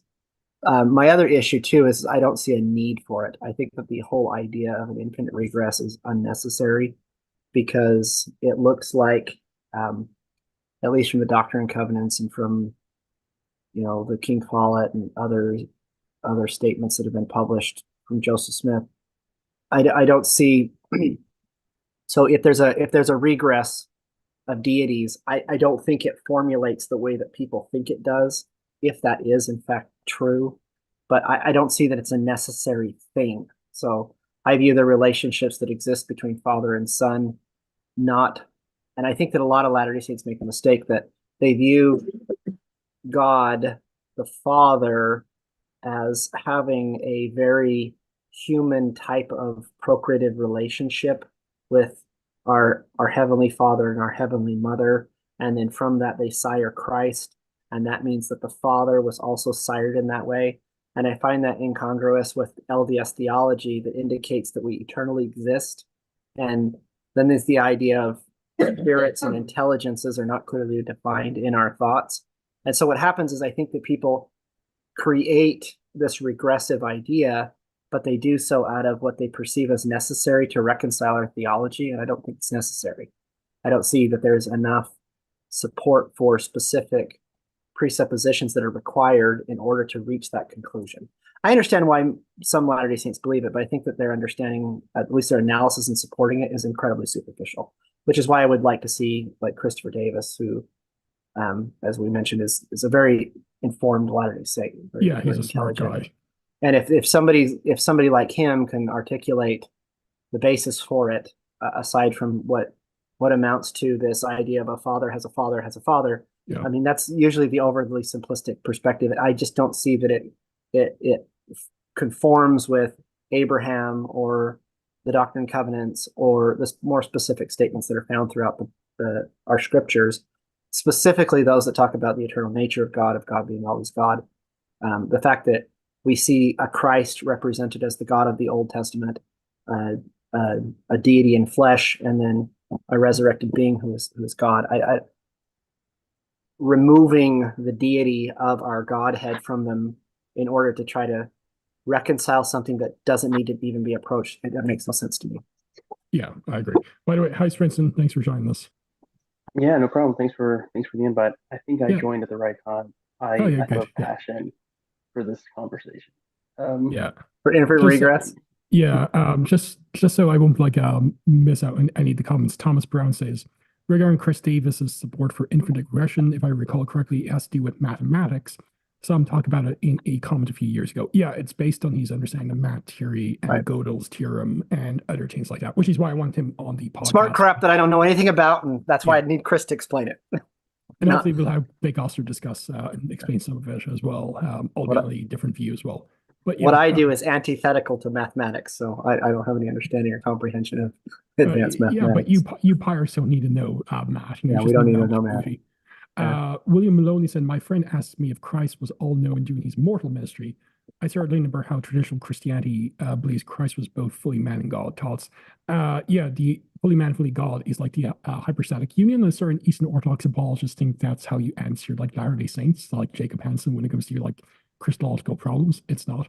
I would argue like the person of Christ was not all-knowing during his mortal ministry, because there's at least one thing we know he did not know.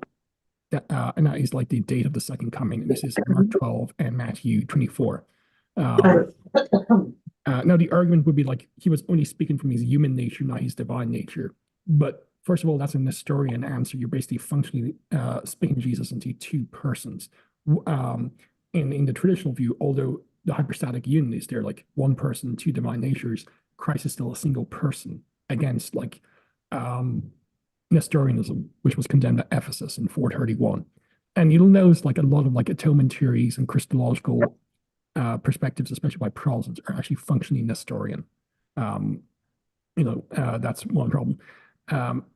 Again, like the person of Christ did not know. Now, if you're going to claim like it was only his human nature speaking, but not his divine nature functioning, that he's like splitting Jesus into two persons, it would be the equivalent also. It's also would be divine deception, because it would mean the person of Christ didn't know in their view, but it would be like equivalent of me asking like, if Travis was shortchanged and he's like, do you have like $1 for the bus? It's like, I don't. And it turns out I did. It's like, well, I was only speaking from my left pocket, not my right pocket. It's nonsense. It's divine deception. There's a host of other problems when it comes to those texts. So I would just like think like Christ was not all knowing. And once you understand like his divinity is derived from the Father, even his all knowingness is derived from the Father. Like in Revelation 1:1, the Father gives him a revelation. And this is after the ascension. Like think about the ramifications for that, and then transpose that into like mortality. I think it's kind of very important. But yeah, I think I think the hypostatic union is like an absolute cop out, and just something saying hypostatic union when it comes to like any Christological problem is nonsense.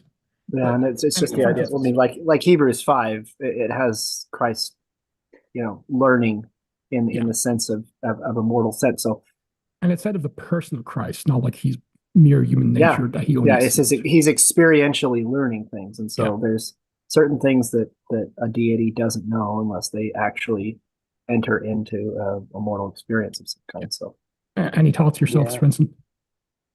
Can you hear me? Okay. Yeah. So about the hypostatic union, I've just told people before. I'm like, those are nice words, right? But it's kind of like. Could you be able to turn out the volume? It's just a little bit. I can't hear you. Let's see. Can you hear me now? Is that better? It's still a bit low. I can hear you fine. I can hear you just fine. It's okay. People in the chat, if you can't hear Swenson, let me know. I'm just going to assume it's just me. Okay. Yeah. Let me. I can hear you very clearly. It's fine. It's fine. Okay. Yeah. So basically, I just tell them, those are nice words, right? But you can't just like make up a concept and say this fixes all the issues, because we say, God is beyond comprehension, but he's also had to become man, because that's what it says in our scriptures. Therefore, we're going to make something that middle grounds this, right? Mm-hmm. And then just say, as we saw, and that can be done is whenever one of these questions pop up, you just say, well, the hypostatic union, right? So I kind of, there's a question I've asked, and it's like, well, who suffered when Christ suffered, right? Was it the body of Christ, or did the Son of God in the nature of God literally suffer? And then they kind of have a question, they have a hard time answering that, right? Because God can't feel those things, right? You can say, can God the Father feel these pains? They're gonna be like, no. Well, if God the Son is literally the same being as God the Father on an ontological level, then the answer is no as well. So it basically turns Christ's body into an avatar that he's being kind of controlled. And it's weird to say that. I'm not trying to make fun of the belief, but that's kind of what it does. It's like it's this body that has a function, but it's not literally Christ. Where in our theology, it's God's coming down and he's taking on a body, and it's literally him. You know what I mean? I think like our theology allows us like a very good advantage other theologies don't. And that is there's no species differentiation between us, God, and angels. Right. So you don't need this kind of a later idea of the hypostatic union. Well, I mean, and if you're going to do that, I mean, from LDS perspectives, I have a hypostatic union because I have a spirit that is eternal, that is possessed of a mortal body, and how my spirit interacts with my body is the same as how Christ's spirit would have interacted with his mortal physical body. And so, but his spirit is of a different degree than mine because he was God. And so I don't understand the functional need for a hypostatic union unless, like Robert said, you're speciating and differentiating between those. So Yeah, and Yeah. also, yeah, that's any other thoughts before we move on to like the other questions? Well, could I go back Yeah, go ahead. to okay. So I no, I don't believe in infinite regression of deity. I believe um that there's God the Father is in the words of Joseph Smith, the head God, right? And so I think if you read the King Fall Discourse, it literally destroys what he's trying to teach if you read into it that an infinite regression, right? It's kind of an anachronistic way to read it. Is he never taught anything of spirit birth, which infinite regression of God necessitates the idea of spirit birth, right? And so when you read his statement that says an intelligence is a spirit from age to age and there's no creation about it,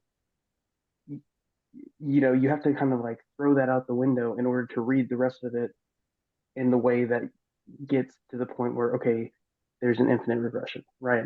Um, and I think I when will just you note, I will just note, like, not to cut in, but like, you can still believe in spirit birth, but not hold to infinite regression. But yeah, right. but well, yeah, it's a necessary building block, if you will. Yeah. yes, yeah.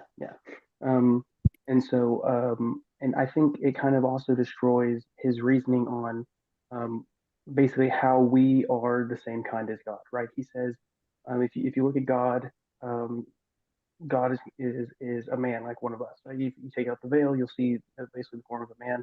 And then he says, God cannot create spirits, right? Why? Because he could not create himself.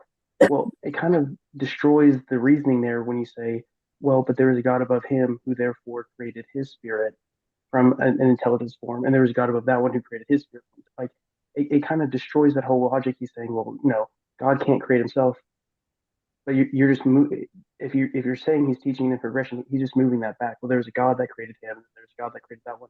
And so therefore, it kind of destroys the reasoning he's going And to. also, like, how do you make sense of Joseph's early revelations and even later revelations that say, like, God, speaking of the Father, is the God of gods and so forth? Um, it it just doesn't really make sense. But Yeah. yeah, I'll definitely try to have Chris Davis on, like, sometime whenever he has free time, and he could like give his math rationale, maybe like Which he some of his. almost never does. I know it sucks. I He's the would really. busiest. He's the I know. I busiest know. dang guy. I know, I know. Okay, what do you think of the purpose of this play we participate in while I speak in the temple? Do you think that the garden story is one of similarity to the original beginning? If I understand the question correctly, and it's saying like the play we participate in is like the endowment and stuff like that. I believe, like, say, the Garden of Eden story. I do believe in like a historical Adam and Eve. I think you have to if you're a believer in the Latter-day Saint. You know, Yes. with that being said, I do believe like I'm going to use a term, but I'll explain what I mean by it. It is mythical. And when I say mythical, I don't mean like made up BS. I'm using the term like how theologians and historians use it, like a narrative, whether written or oral, that has a lot of symbolic language and imagery. And if you read Eden, it's clearly mythical in that sense. Like Adam is clearly like, say, the gardener, and in the ancient Near East, that would be like the priest who takes care of God's temple, and Eve means life giver, and how she's made from his rib, and that term rib is actually an architectural term related to the temple in the Hebrew Bible. So like there's a lot of like symbolism going on here. So I do believe like it's historical mythical in that sense. So, and in the same way, the endowment would be very symbolic as well. Like if you're male, you are Adam. If you're female, you're Eve. And there's like a lot of imagery, like say the clothing imagery and the covenants and even the signs that are expressed there. Not going into detail. So, and kind of like what was Eden like? I think like it would be like say heaven on earth, if you will. So again, like that's how I would view it. Like it would be hard to say like related, like say one to one, but like once you understand, like say it's a historical mythical narrative in Genesis, and that kind of mythicism in the anthropological historical sense, not the internet atheist understand that term, is at play. I think you can help them jive. But if I'm misunderstanding the question, do clarify. You guys have any thoughts? Yeah, I think that when we oversimplify those kinds of ideas or concepts, we miss the teaching moment that's available to them. So we adapt and adopt narratives in order to convey meaning and information across time, especially from early cultures that probably were largely narrative and oral. And so they used symbolic imagery because a thing could have multiple meanings in different contexts and it could be remembered. And so I think that the imagery is your creating and adapting and adopting narratives. I think that's what Joseph Smith did with the production of the temple endowment was he took symbolic things and he used them to convey large quantities of information. And once you try to say, is it historical or is it story? I think it's not. It's an either or fallacy. I don't think that that's necessary. But ultimately, the function of the narrative is to create within the mind of the person who's participating in it a desire to dig deeper, like you did. I mean, temple imagery found in the rib of Adam. I mean, those kinds of you miss that if you're thinking it's an actual historical narrative or it's just something that was created later and not a historical narrative. But I do agree that there was a historical Adam and Eve. Once we get to the in what question, context, remind me I to don't tell know. the Adam ribs joke if you haven't heard it. Yeah, yeah. Okay, you know it. But yeah, I, yeah. Svensson, any thoughts before we move on to Carson? Well, no, I mean, I just think y'all are onto something. I don't think we need to sit there and say, oh, as soon as he got out of the garden, they were visited by this person, this person, this person. I don't Yeah, think I it don't needs think to any of the be. hard saying would claim like Peter, James, and John actually literally visited Adam and Eve after the well, fall. that specifically should tell you it's symbolic because the whole idea of Adam and Eve, of Peter, James, and John coming down and going back up, and the purpose that they're interacting with them, they're interacting from the perspective of they are messengers of God. That's what they symbolize. And so they have a lot of symbolism, but obviously Peter, James, and John didn't share So them in that. let's say my mother after I went through and got my endowment, she told me this story about how um, she was at a concert before she had gotten her endowment, and the singer was a well-known Latter-day Saint singer, something like that, and he was telling the story about how he's like I never do concerts on Sunday, and I never do, and sometimes people want me to. And this one gig, they called me up and they're like, "What is it? Is it money? You need more money?" And he's like, "These people think they can buy anything with money." And then everyone just busted up. Everyone around him just busted up, and my mom's like, "What is this?" And the guy had played Satan in one of the Uh-huh. songs. And Yeah, so it's everybody there who goes through the temple is just like busting up. And then the guy's just like, "Oh, when you go through the temple, you'll find out." And I'm like, I don't. Oh, and I thought that was pretty funny, but I was like, that's a little it's risque. the singer's name is Michael Ballum, Yeah. so And that's who it is. so, yeah. Yeah, the clarification comes in like the play meaning the entire plan of salvation from beginning to end. Is it not just a story we're participating in that has already happened?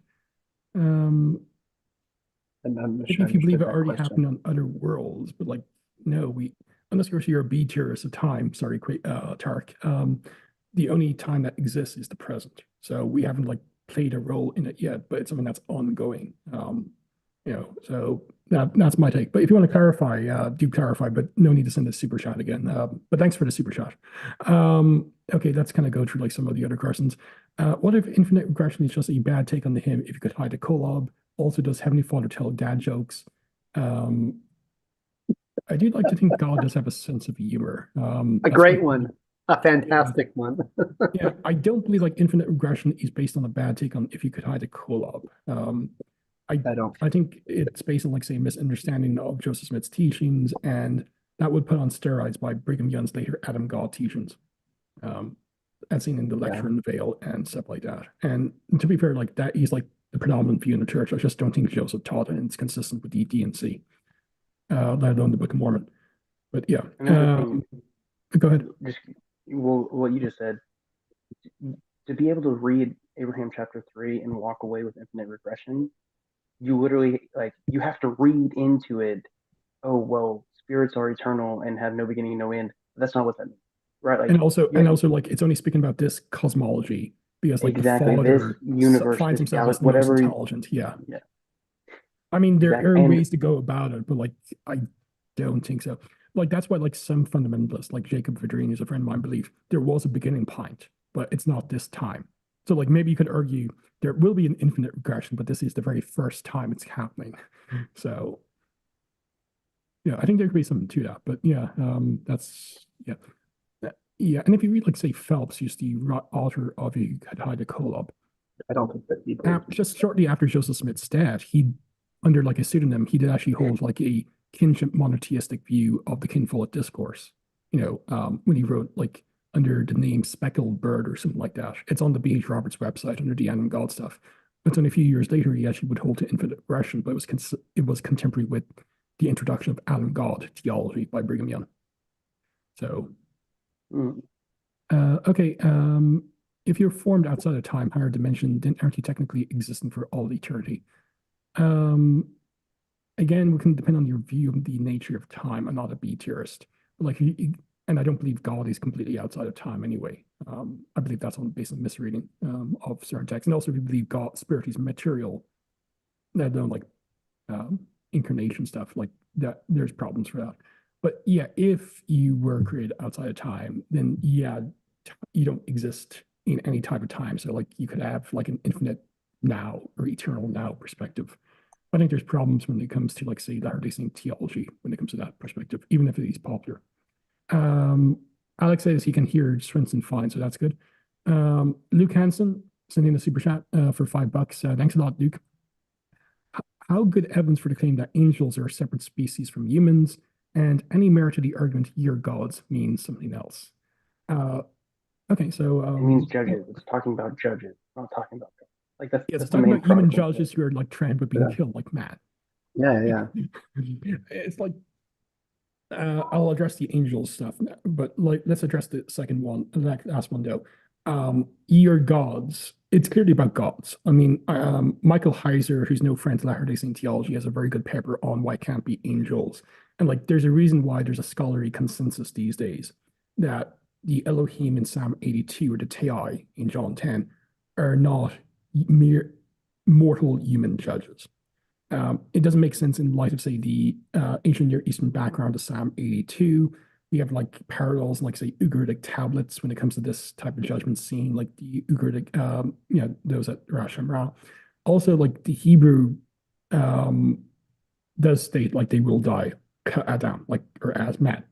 You don't say that to a mortal. Like if I were to say like Travis is a mortal, he will die like a mortal human being. Yeah. It's like no crap, Sherlock. It just doesn't make sense. And if you look at like how Psalm 82 was interpreted in the Second Temple period, they believed it was a reference to like say the people of Israel who were divinized, but they lost that divinization because of the golden calf incident in Exodus 32 and 33. And that seems to be, according to like say Neary and other New Testament scholars, the context to which Christ is using it.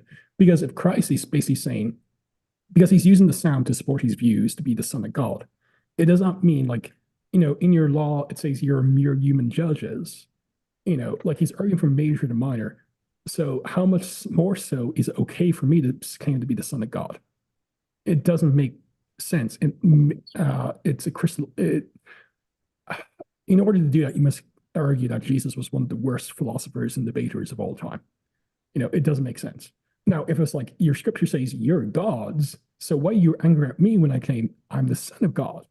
Okay, that's a good argument. It's like, if you believe this major idea, how much more so should you not be angry with this minor claim I'm making, relatively speaking as well?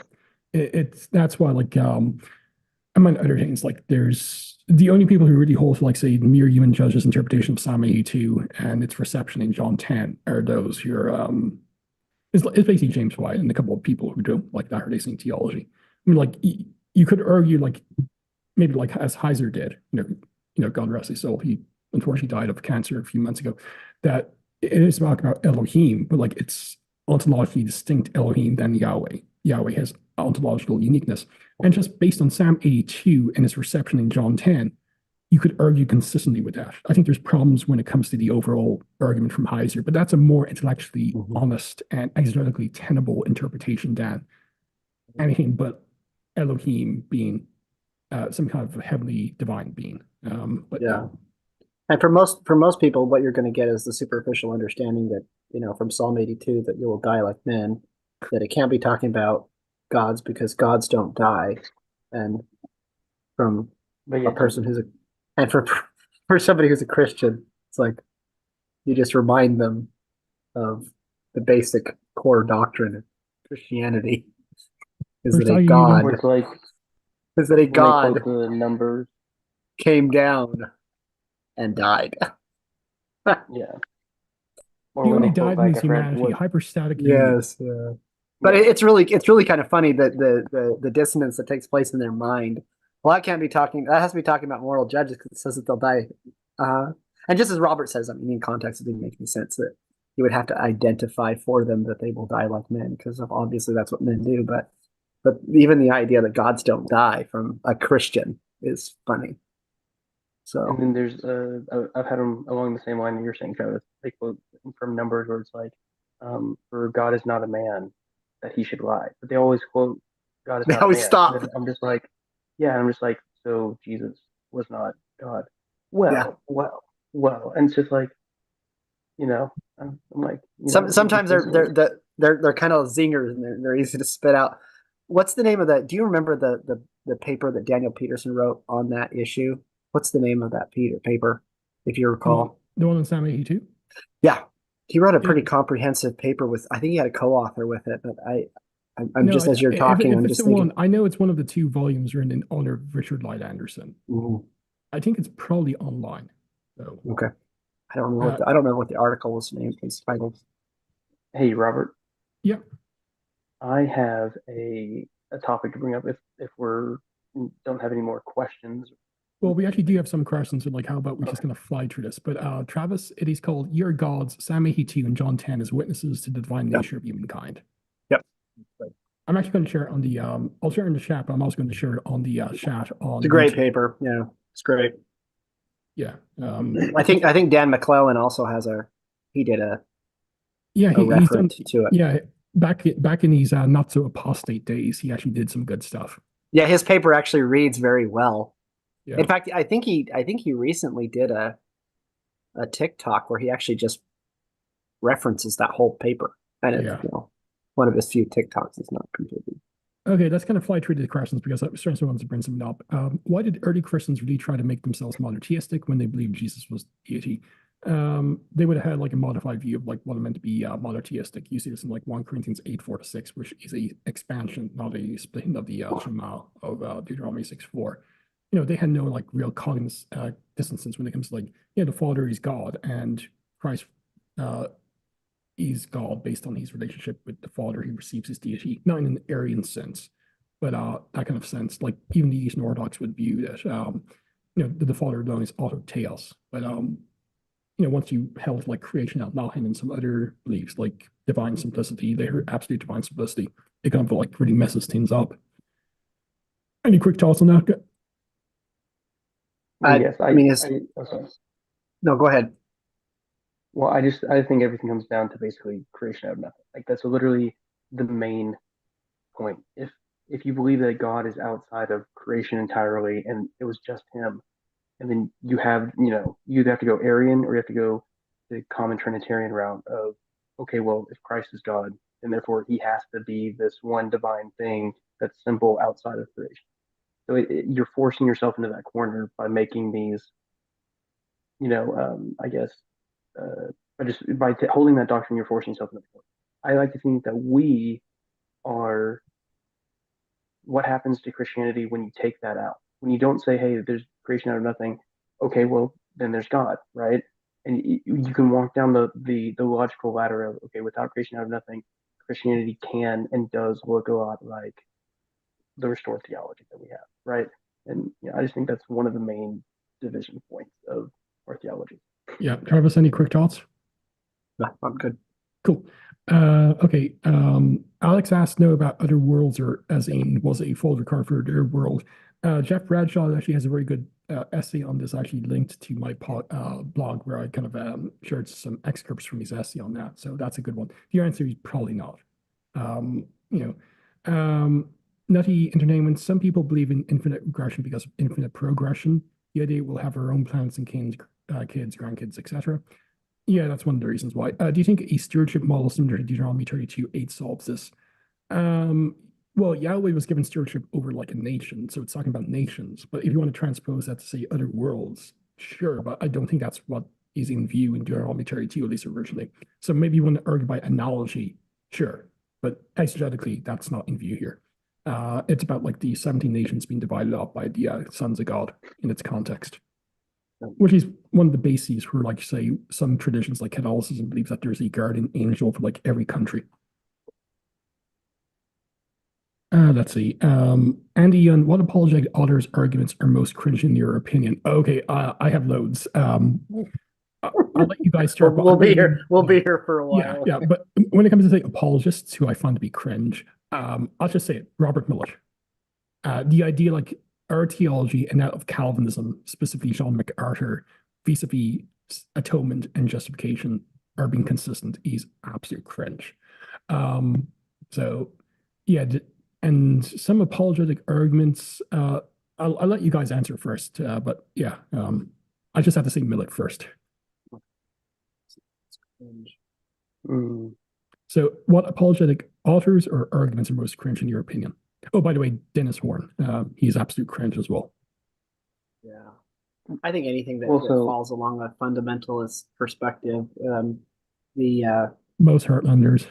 yeah, Heartland. I was going to say the Heartlander models are just usually everything that comes out of them, denying Joseph Smith's polygamy, as an apologetic is just just ignoring data is always cringe when you're rewriting and nuancing history in order to try to make an apologetic. I mean, it's just like an infinite regress, for example. The argument itself stems from a perceived problem that if you understood better, the problem doesn't exist. You're trying to reconcile a problem or remedy a problem that actually is not there.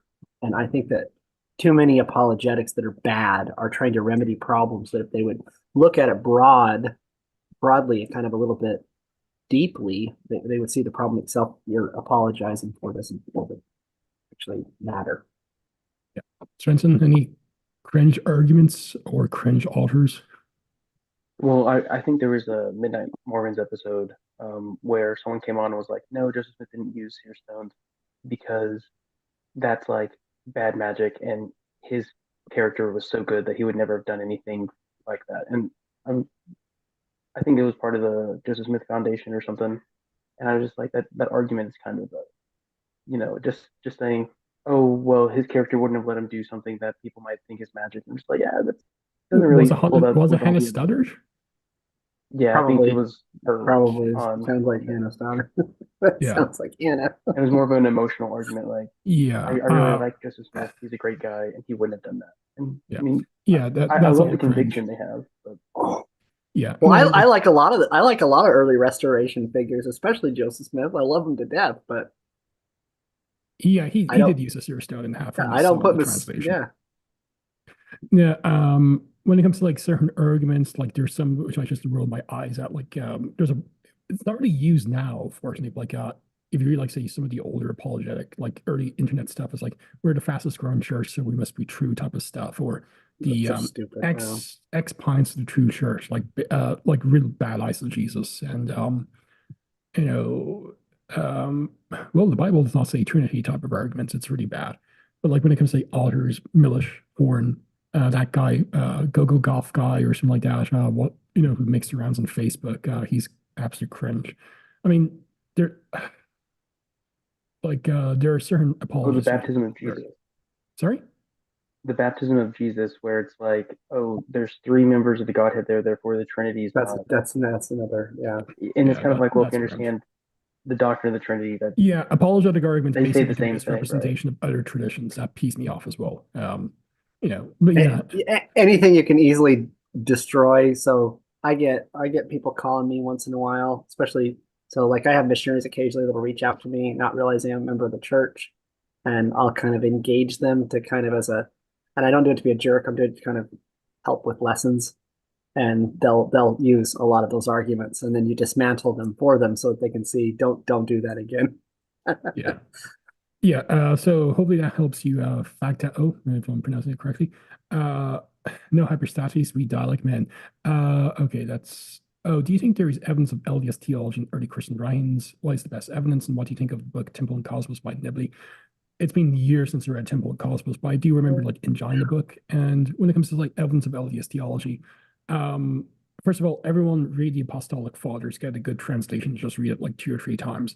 Urban has a good translation. There's been some other translations as well by J.P. Lightfoot that you can get dirt cheap. When it comes to like, you may have sometimes have to look at say the original Latin or Greek, but sometimes they don't believe in creation out of nothing. They don't seem to hold like say absolute divine simplicity, and even in some cases divine simplicity. They all held to a man, absolute regeneration wherever the topic came up. There's some hints, from maybe one claiming that they did believe God has a three-dimensional form, the Father. And there's like other things as well. Like there's certain beliefs I think are pretty good, like a transformative justification, absolute regeneration. It's not as clear cut like premillennialism. It's very strongly attested as well, not unanimously, but pretty well attested. And so certain other beliefs as well, Latter-day Saints will believe in, like subordinationism when it comes to Christology. And there are certain beliefs that like we have scant evidence for. Like there's some evidence, but like not that much for say baptism for the dead. But there's like a strong belief in posthumous salvation through other means as well. Jeffrey Trambar's book, Rescue for the Dead, is a very good overview of that. So yeah, it kind of depends. There's been some good books. Like if you want like two good books on the topic, Do the Mormons Have a Leg to Stand On by Peterson, and also Barry Bickmore's book, Restoring the Ancient Church. Until Restoring the Ancient Church is great. That would be the best 2 volumes to get.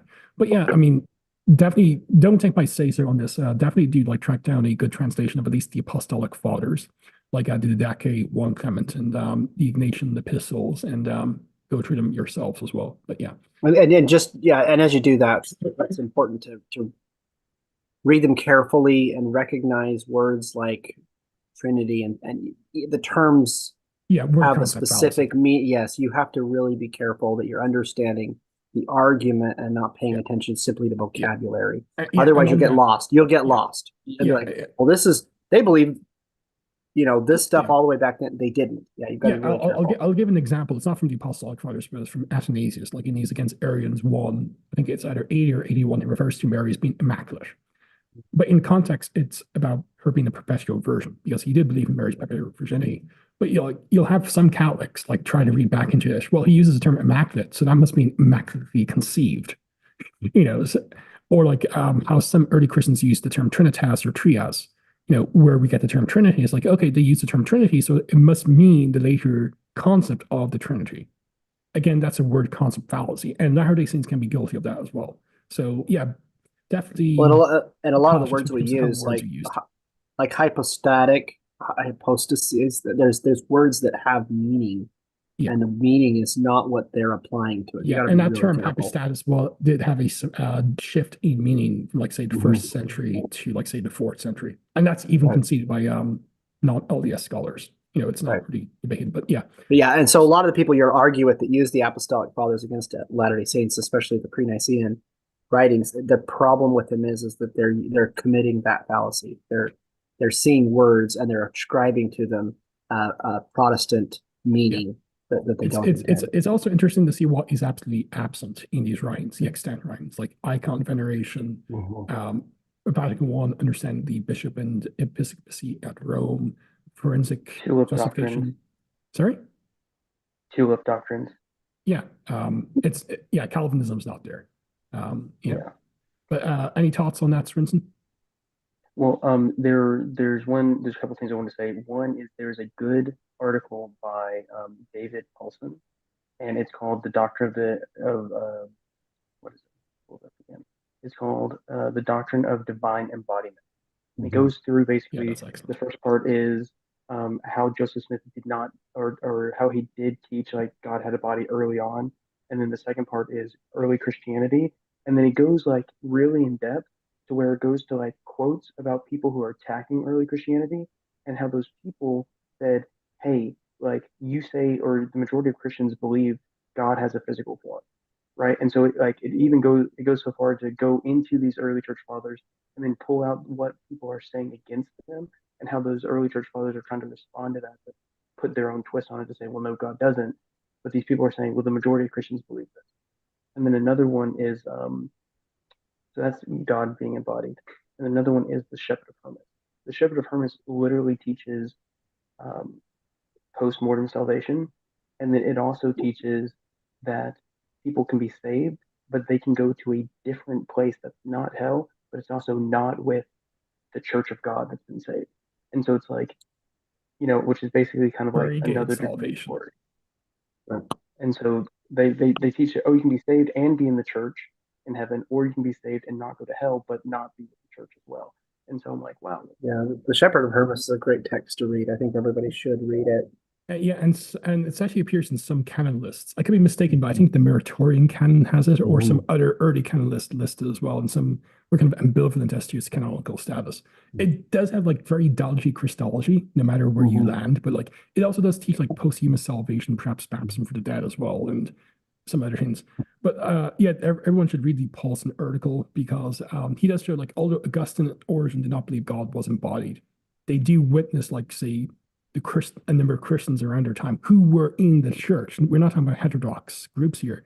Did believe in divine embodiment, and that would be for the Father, not the Son, because even Chalcedon affirms the Son will remain embodied forever. But he also shows like the idea, like say God the Father having a body. That's very early. Like you definitely do have like a three-dimensional anthropomorphic God, the Father in Moses, in the Pearl of Great Price, and other early texts, and both canonical and non-canonical in the early LDS tradition. It's a very good article. It was published by, I think, the Harvard Theological Review or some other non-LDS venue. Well, the one I was looking at, you can just get on. I think it's on BYU Study. Oh yeah. But like he had an essay on the very same topic published by, I think, the Harvard Theological Review. That's good. That's going to fly through to some of the questions because we do have a super chat, and I'm sure Swinson, if you have the time, maybe bring up the topic you want. Let's see. I haven't been to the temple since 2018. Not a lot has changed since 2018. Fortunately, everything's different now. I'm just kidding. Yeah. Tap dancing is introduced now. Shali Khan Stud asks Swinson the question. So you believe it's just spirit and body, not soul, spirit and body?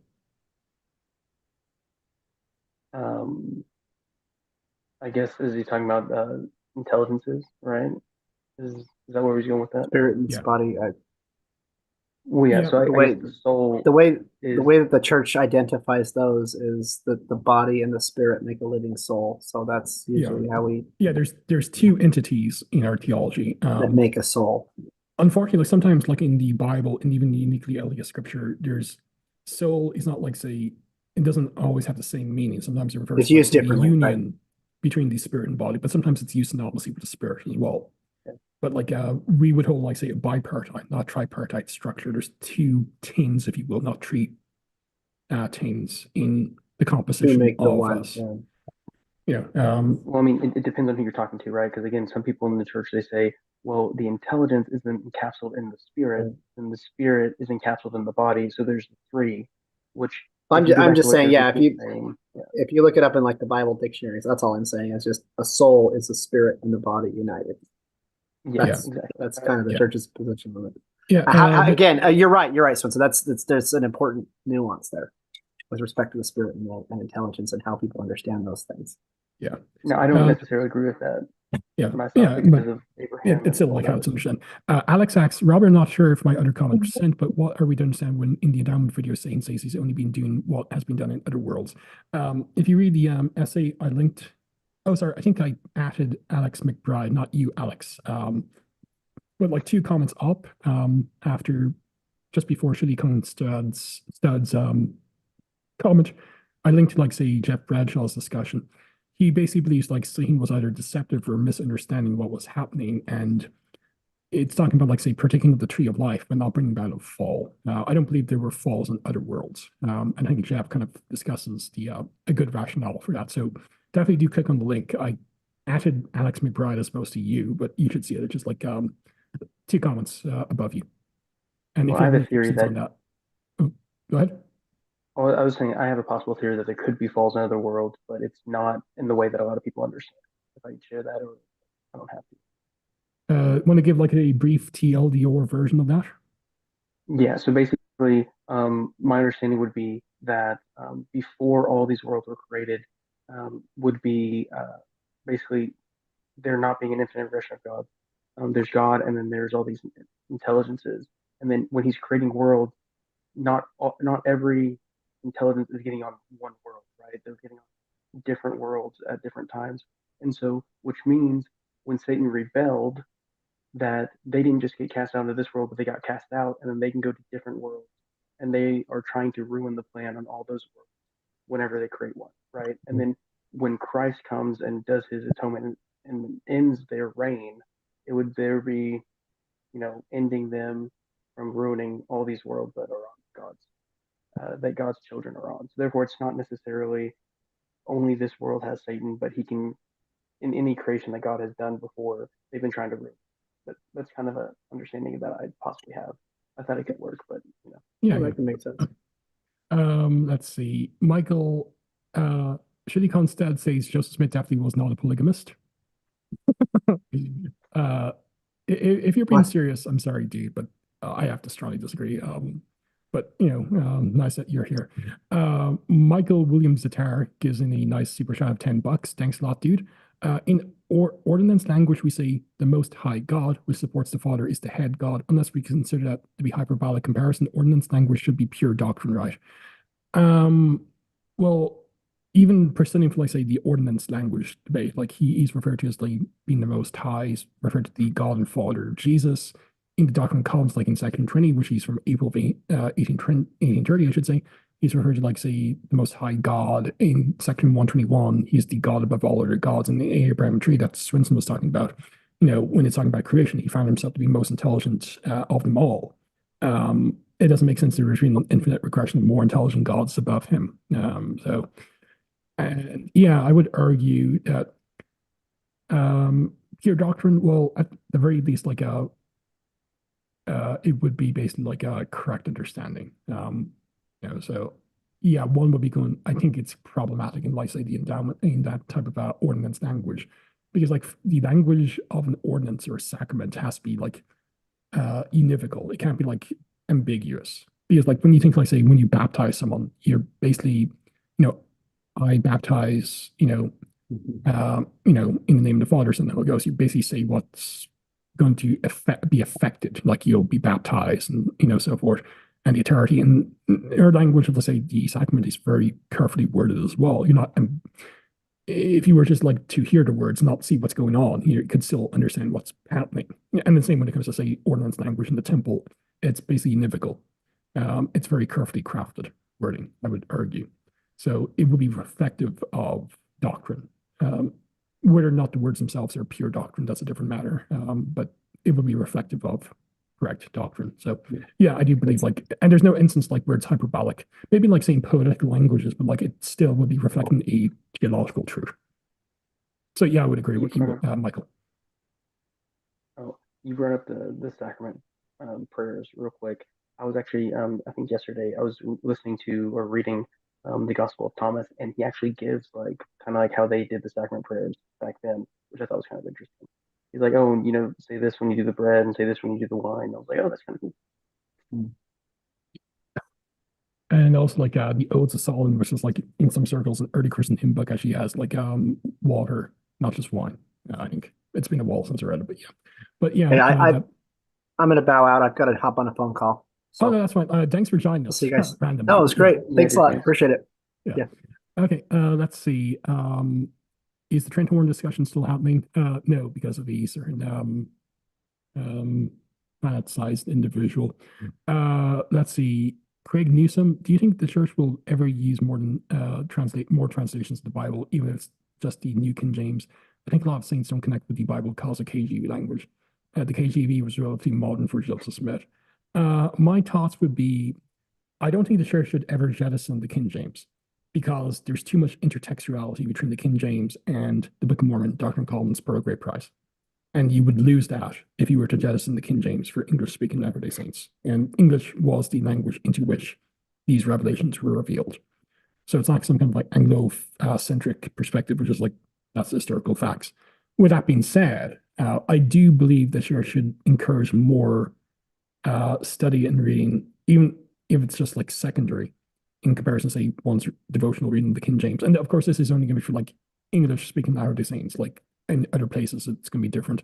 But like just for like say English-speaking countries that I would be familiar with, like maybe like suggest like the importance of like say having like one or two very good scholarly modern translations of the Bible to like compare and contrast with, like the NRSV or the JPS Tanakh or even some like say the Lexham English Bible or the NET. So I would be against the church like jettison in toto the King James, um, especially because of the intertextual links between that and the unique Latter-day Saint scriptures. But yeah, I do think like there are better, more modern scholarly translations of the Bible Latter-day Saints should read from. If anything, even just like a backup Bible, just like I don't know what's going on here, I might like look up this like very good study Bible, with the notes and modern translation and maybe textual notes as well. So that would be my perspective. Svensson, any thoughts?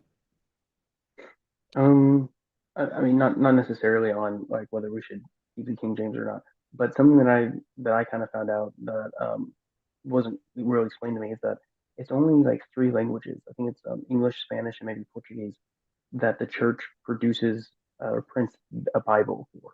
Right? I think like my brother went to Germany, and in German, they just print the trio, right? The triple combination, and then you basically like go find your own Bible. They don't print a Bible in German from the church, and I think this happens to a lot of languages, other than like the main three, which are Portuguese, Spanish. So for those members, it's kind of like I don't know if they suggest a certain one or not, but the church doesn't print one, so I think it's kind of like up to them to find it. Okay, cool. Julie Constad says he's actually 100% serious. You can't say that Joseph was a polygamist based on him sitting himself with other women because he also sees himself with men, therefore your logic was a polyamorist. That's not the only basis. I would actually say like look up say Jacob Verdreen's essay or the work of Don Bradley and Brian Hales and others like Todd Compton. It's more than that. There is like evidence of sexual relations with some of the married women and a host of other things as well. Um, but yeah, I'm not going to debate like Joseph Smith was a monogamist because it's like arguing with the side of the contest. Well, I mean, in the court cases, right? Like, unless you're just going to think that all those women were in on the Yeah, lie. which I'm not saying Chili Con is arguing, but like if you read, say, the Price's three-volume Joseph Smith Fault Polygamy, that's basically their view. Like Eliza was a conscious liar and other things like that. And I don't think that holds up. Doesn't really have explanatory power. If you're interested, though, like definitely do check out like the B.H. Roberts Foundation, Mormon.org, and look up Joseph Smith and polygamy, because it's more than simply just being sealed. I mean, according to like some of these wives, there were sexual relations. And there's a host of other considerations as well. But thanks for being on the show. Alex says he's heading now, but thanks for this live stream. Okay, I think we caught up with the questions asked so far. So I think there was something you wanted to raise. Well, yeah, this is something I've been thinking about for a little bit. And it is basically, doesn't Calvinism turn reality into the matrix? Like when you think about it, it's um is thinking that God has decreed everything that's come to pass and everything that will come to pass, and it's unchangeable. And down to, I mean, I think if you read in the Westminster Confession, it literally says everyone who's going to be saved, everyone who's going to go to hell, it's already numbered, right? Like he knows that, and he's decreed all of that. Basically, we're just living out what he's decreed. We can't change from it, right? And people try to say, well, um, they try to say, oh, well, free will, but it is, I forgot the term. We're basically just going along with what he's already willed us to do. Basic Um, compatibilism. Compatibilism, there you go. So basically, and then I think Calvinism is a self-defeating argument because it's if God has literally decreed everything, then why didn't he decree for there to be no evil? You have to say he has to get something out of that. Or why did he decree people to go to hell when he could decreed everyone to go to heaven? There has to be something he gets out of that, which therefore, you know, going to kind of like a super extent to not mock it, but to put into perspective, that means it's kind of like the Matrix where he's programmed this thing and we're playing it out and he gets some sort of energy from us playing this thing out that he's already programmed. And it's sickness, death, evil, like all these things that he decreed into it where he could have decreed out of it or not decreed at all. Yeah. It's just But playing out. but the argument goes like, well, he sends loads of people to hell and some to heaven just to show his attributes of like justice and mercy. So like it's a demonstration of like how awesome he is. Like, yeah, like that answers the question. You know what I mean? Like, but people believe that answers the question. I don't see any way it does, right? Like, if he's literally decreeing everything, he literally just could have decreed a creation where everyone went to heaven, right? And everyone was Yeah, but where would compatible his justice with the be will of the like if good. everyone went to heaven? He the argument would be if I put on my Calvinist hat here, heaven forbid, like the only way God is actually free is like if he has a decree where like only certain people will go to heaven and other people will be left to their devices and go to hell. Because he might be you're thinking like say, people deserve to go to heaven. They don't. They all deserve to burn in eternal conscious torment. It's if I know, just listen to James White for so many years, kind of grown when it comes to these kind of justifications. But yeah, but Yeah. Calvinism sucks. I think we can all agree on that. But yeah, I mean, for me, just looking at it's basically the Matrix, right? Like there has to be something he gets out of decreeing these things that are bad and harmful.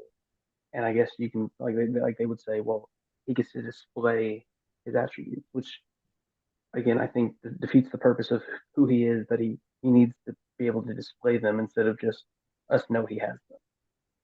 So Yeah, just on the Bible stuff, Andy comments, the church has a guide for preferred languages in each language. In German, we use I don't even know how to pronounce that, dude. I never took German, but it begins with an E.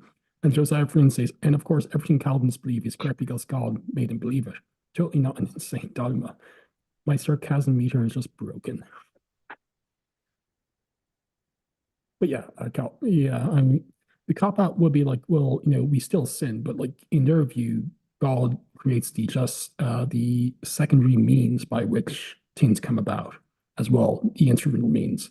So it just doesn't make sense if one wants to argue, well, God's not responsible. I mean, he decreed it, including the means by which these actions would take place as well.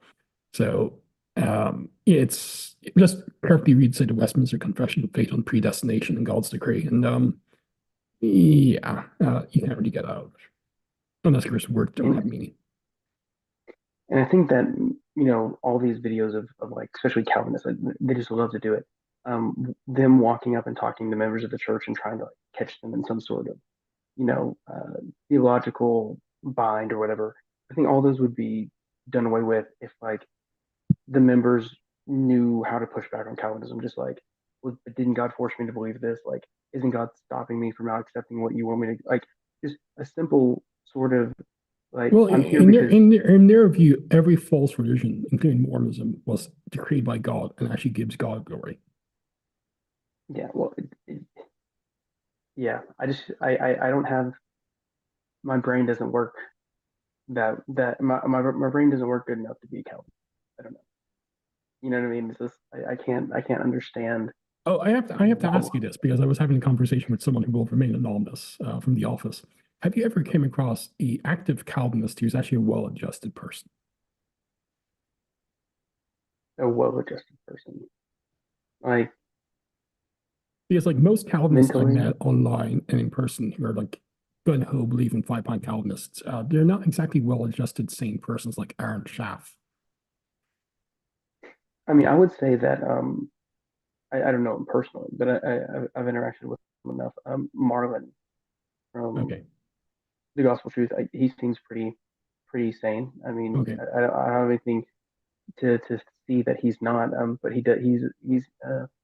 He uses his platform to promote Calvinism, which I think is an interesting way to do it. He allows for debates, and then he does comment on them with his Calvinist tint, like leaning. And I think it's interesting because it's an open platform for any kind of Christian debate, and then he just comes in at the end like, well, in Calvinism, it's really good because we do this. I just love it. I think it's an interesting way that he's doing that.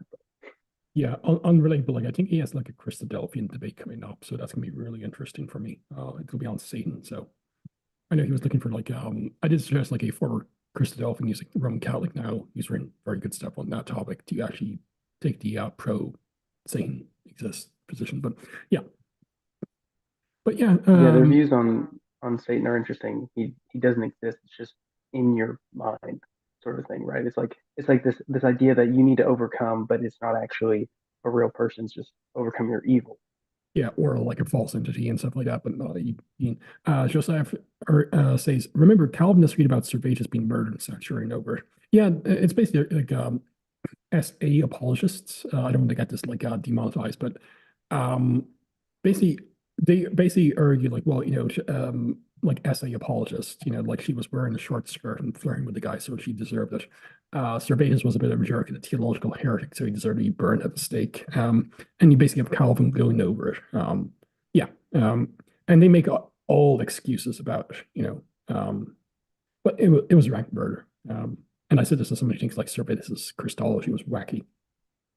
If you want to have a video about Calvinism, you should have I don't know if you've interacted with him, but you should have A.K. Richardson if you can try him on. He has great responses to Calvinism. Yeah, I would love to have him on to discuss baptism as well, because he's done very good work on that topic as well. But if you have his ear, I would love to have him on to discuss like problems with Calvinism and also maybe something on baptism because he's done very good work on baptism and its relationship to salvation. And if you're walking through Romans, he's done that a number of times, and it's pretty informative. Yeah, I subscribe to his channel. I don't really watch a lot of his videos just because there's so much, but like I do like some of his stuff. I remember like he did a very good like discussion on Sam Shamoon's channel about baptism 2-3 years ago. So that was good. Yeah. Okay, so in the chat, any other questions or comments? Because we've been going on for like say just over 2 hours now. So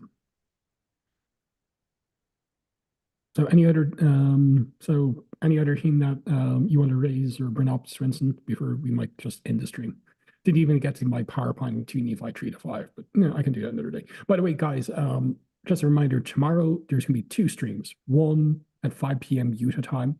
Jeff Lindsay, yes, that Jeff Lindsay, will be coming on to discuss Book of Mormon evidences, and I will actually have a live stream where I'll take super chats and like a ask me anything type of thing, and we can discuss the podcast episode at about 7:30 Utah time as well.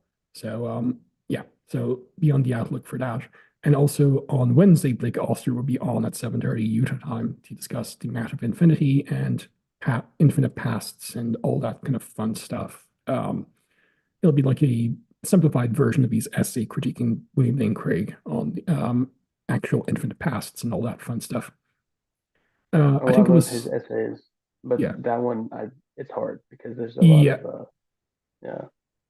yeah. I like to consider myself like above average intelligence, and when I used to be an accountant, so like I'm good at normal math. When it comes to say this type of math, it's like my brain fries. So it must be the case for like most other people as well. But hopefully that will be good. Josiah says, I think it was Thomas Jefferson who called Calvin's God the word kind of tyrant. I like what Blake Oster said. Basically, the God of Calvinism is the Satan of Mormonism. Andy Yun, what do you think of Preach My Gospel talking about how all religious leaders were inspired? what does that apply to Islam? Either Muhammad was a canonical prophet or he wasn't. What about Calvin? Yeah, that refers, I think, to it was in 1978, where like it states like God's light has been given to like all religious leaders.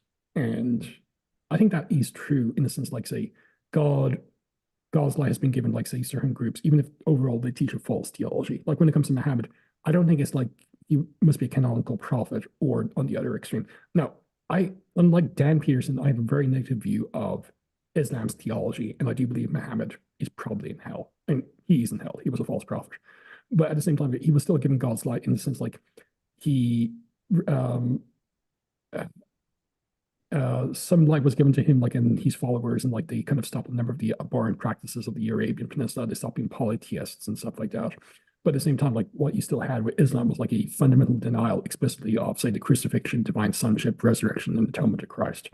So, and when they say Zoroastrianism, I do like say he may have been like enlightened, like say to understand, like say good and evil and stuff like that. But that doesn't mean like God okayed the movement. For instance, like I do believe, like say Robert Bellarmine, he was like my favorite Catholic theologian. I do believe like he may have been given like God's light or the light of Christ to like refute Protestantism and to refute Unitarianism. But that doesn't mean like say everything he did, taught, or wrote was inspired in even like that kind of subordinate sense. So that's my view, because like the church still teaches its exclusivity as the only true and living church.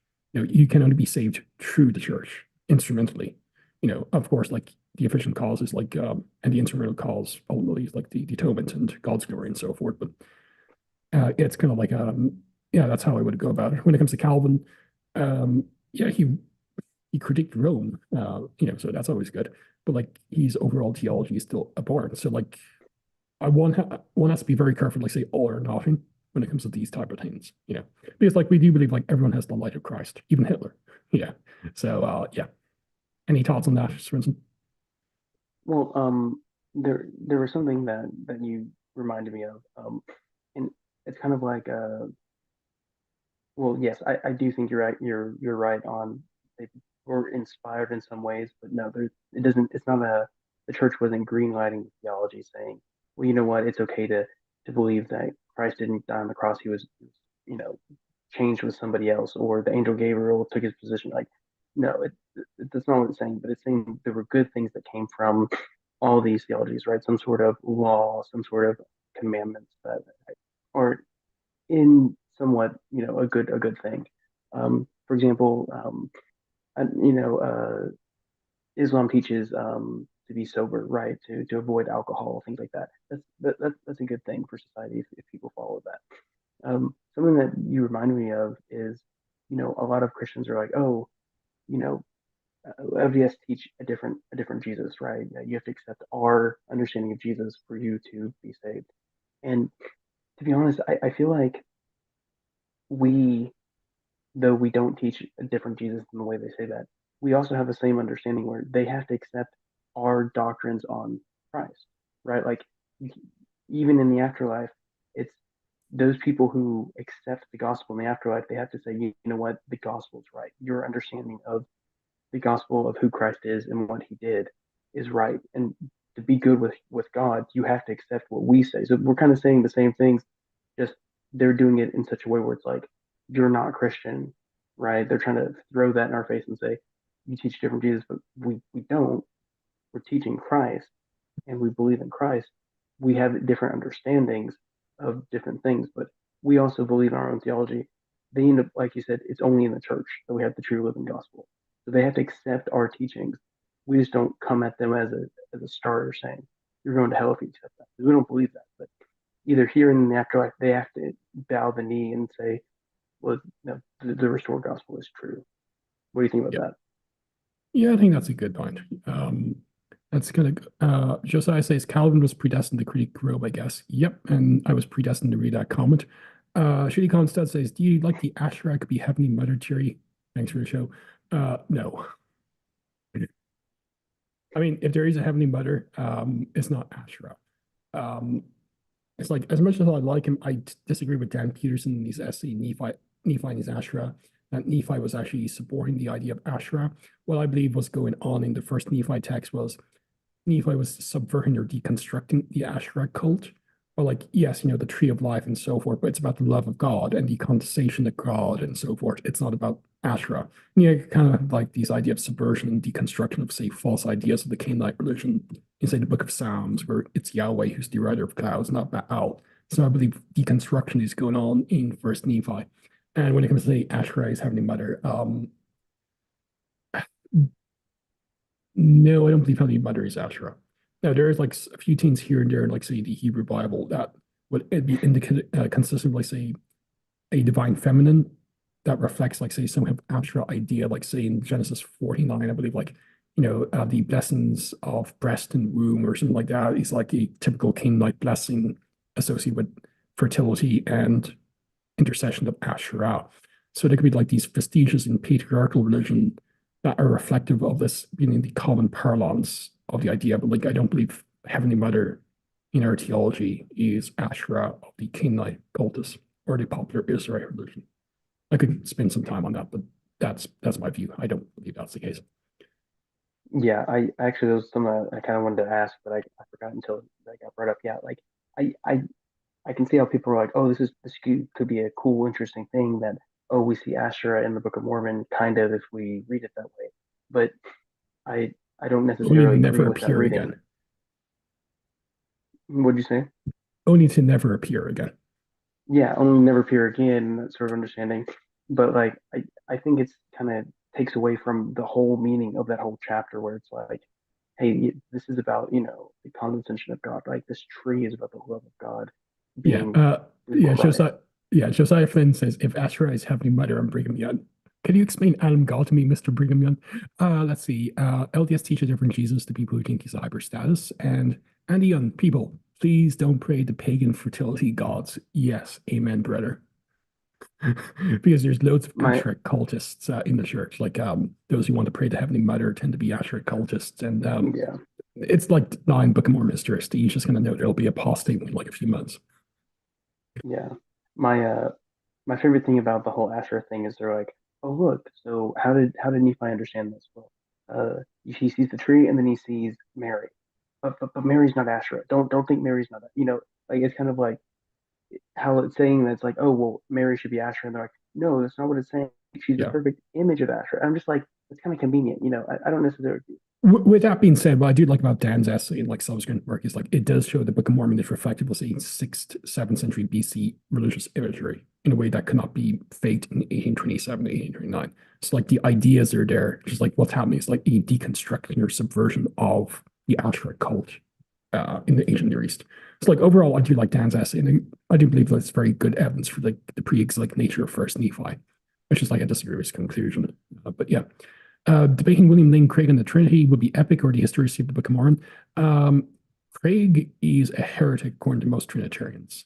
He doesn't believe Jesus had human nature and human mind, and he's a monothelite. So, eh, no. Also, Book of Mormon historicity. Craig is very good at word games, but he's crap when it comes to Mormons. Um, I know he and Blake Oster had a debate, and I'm not going to repeat the term that was used to describe Craig, but it was one I just used of him as well, and Blake just agreed with me. Yeah, although like he did a very good debate on Molinism against James White, which was very entertaining because White doesn't understand like Molinism, even if I think Molinism is crazy. But yeah, that would be like William Lane Craig. I think the best person to debate with him would probably be Blake Oster on philosophical issues. Nonsense like this is why Jeffrey Holland loves musket fire. I might be cancelled just for reading that comment, but yeah. Yeah. Okay, well, in the chat, if there's any other final comments or questions you want to make, because like it's 8:30 my time, almost 8, well, 8:20, so might go on for like another 5 or 10 minutes. But like, Swinson, I'm sure like some people actually know about you, but like want to plug your YouTube channel and like your debates and stuff like that.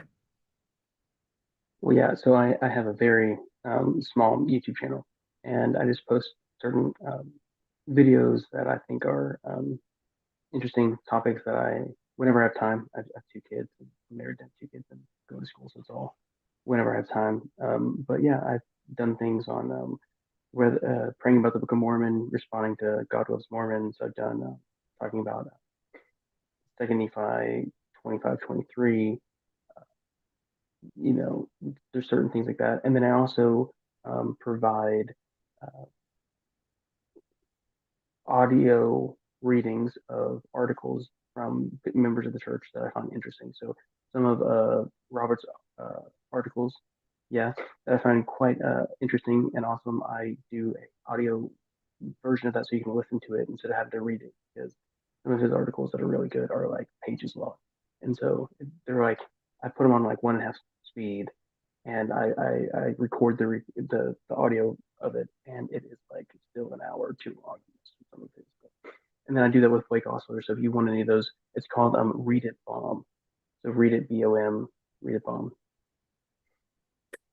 Joseph then said, last comment, Porter Rock Golden, 9 wrong. Based. Okay. Yeah, Well, yeah. okay. Well, if there's no other comments, super chats, we'll end here. But as a reminder, again, tomorrow at 5 p.m. Utah time, Jeff Lindsay hopefully will be joining me to discuss Book of Mormon evidences, rather apropos because Book of Mormon is like the focus of study for gospel doctrine this year. And at 7:30 thereabouts, depending on how long the podcast episode goes on for, we'll have like a post-episode chill stream where we will discuss the podcast episode and frankly anything else that people want to discuss and come on to discuss as well.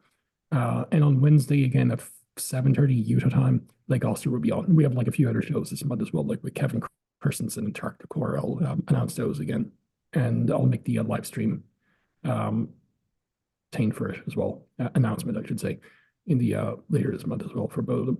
So with that, thanks, Vincent, for joining us, and enjoy the rest of your weekend. And for guys watching, hopefully see some of you in the chat tomorrow for the Jeff Lindsay episode in the Chillstream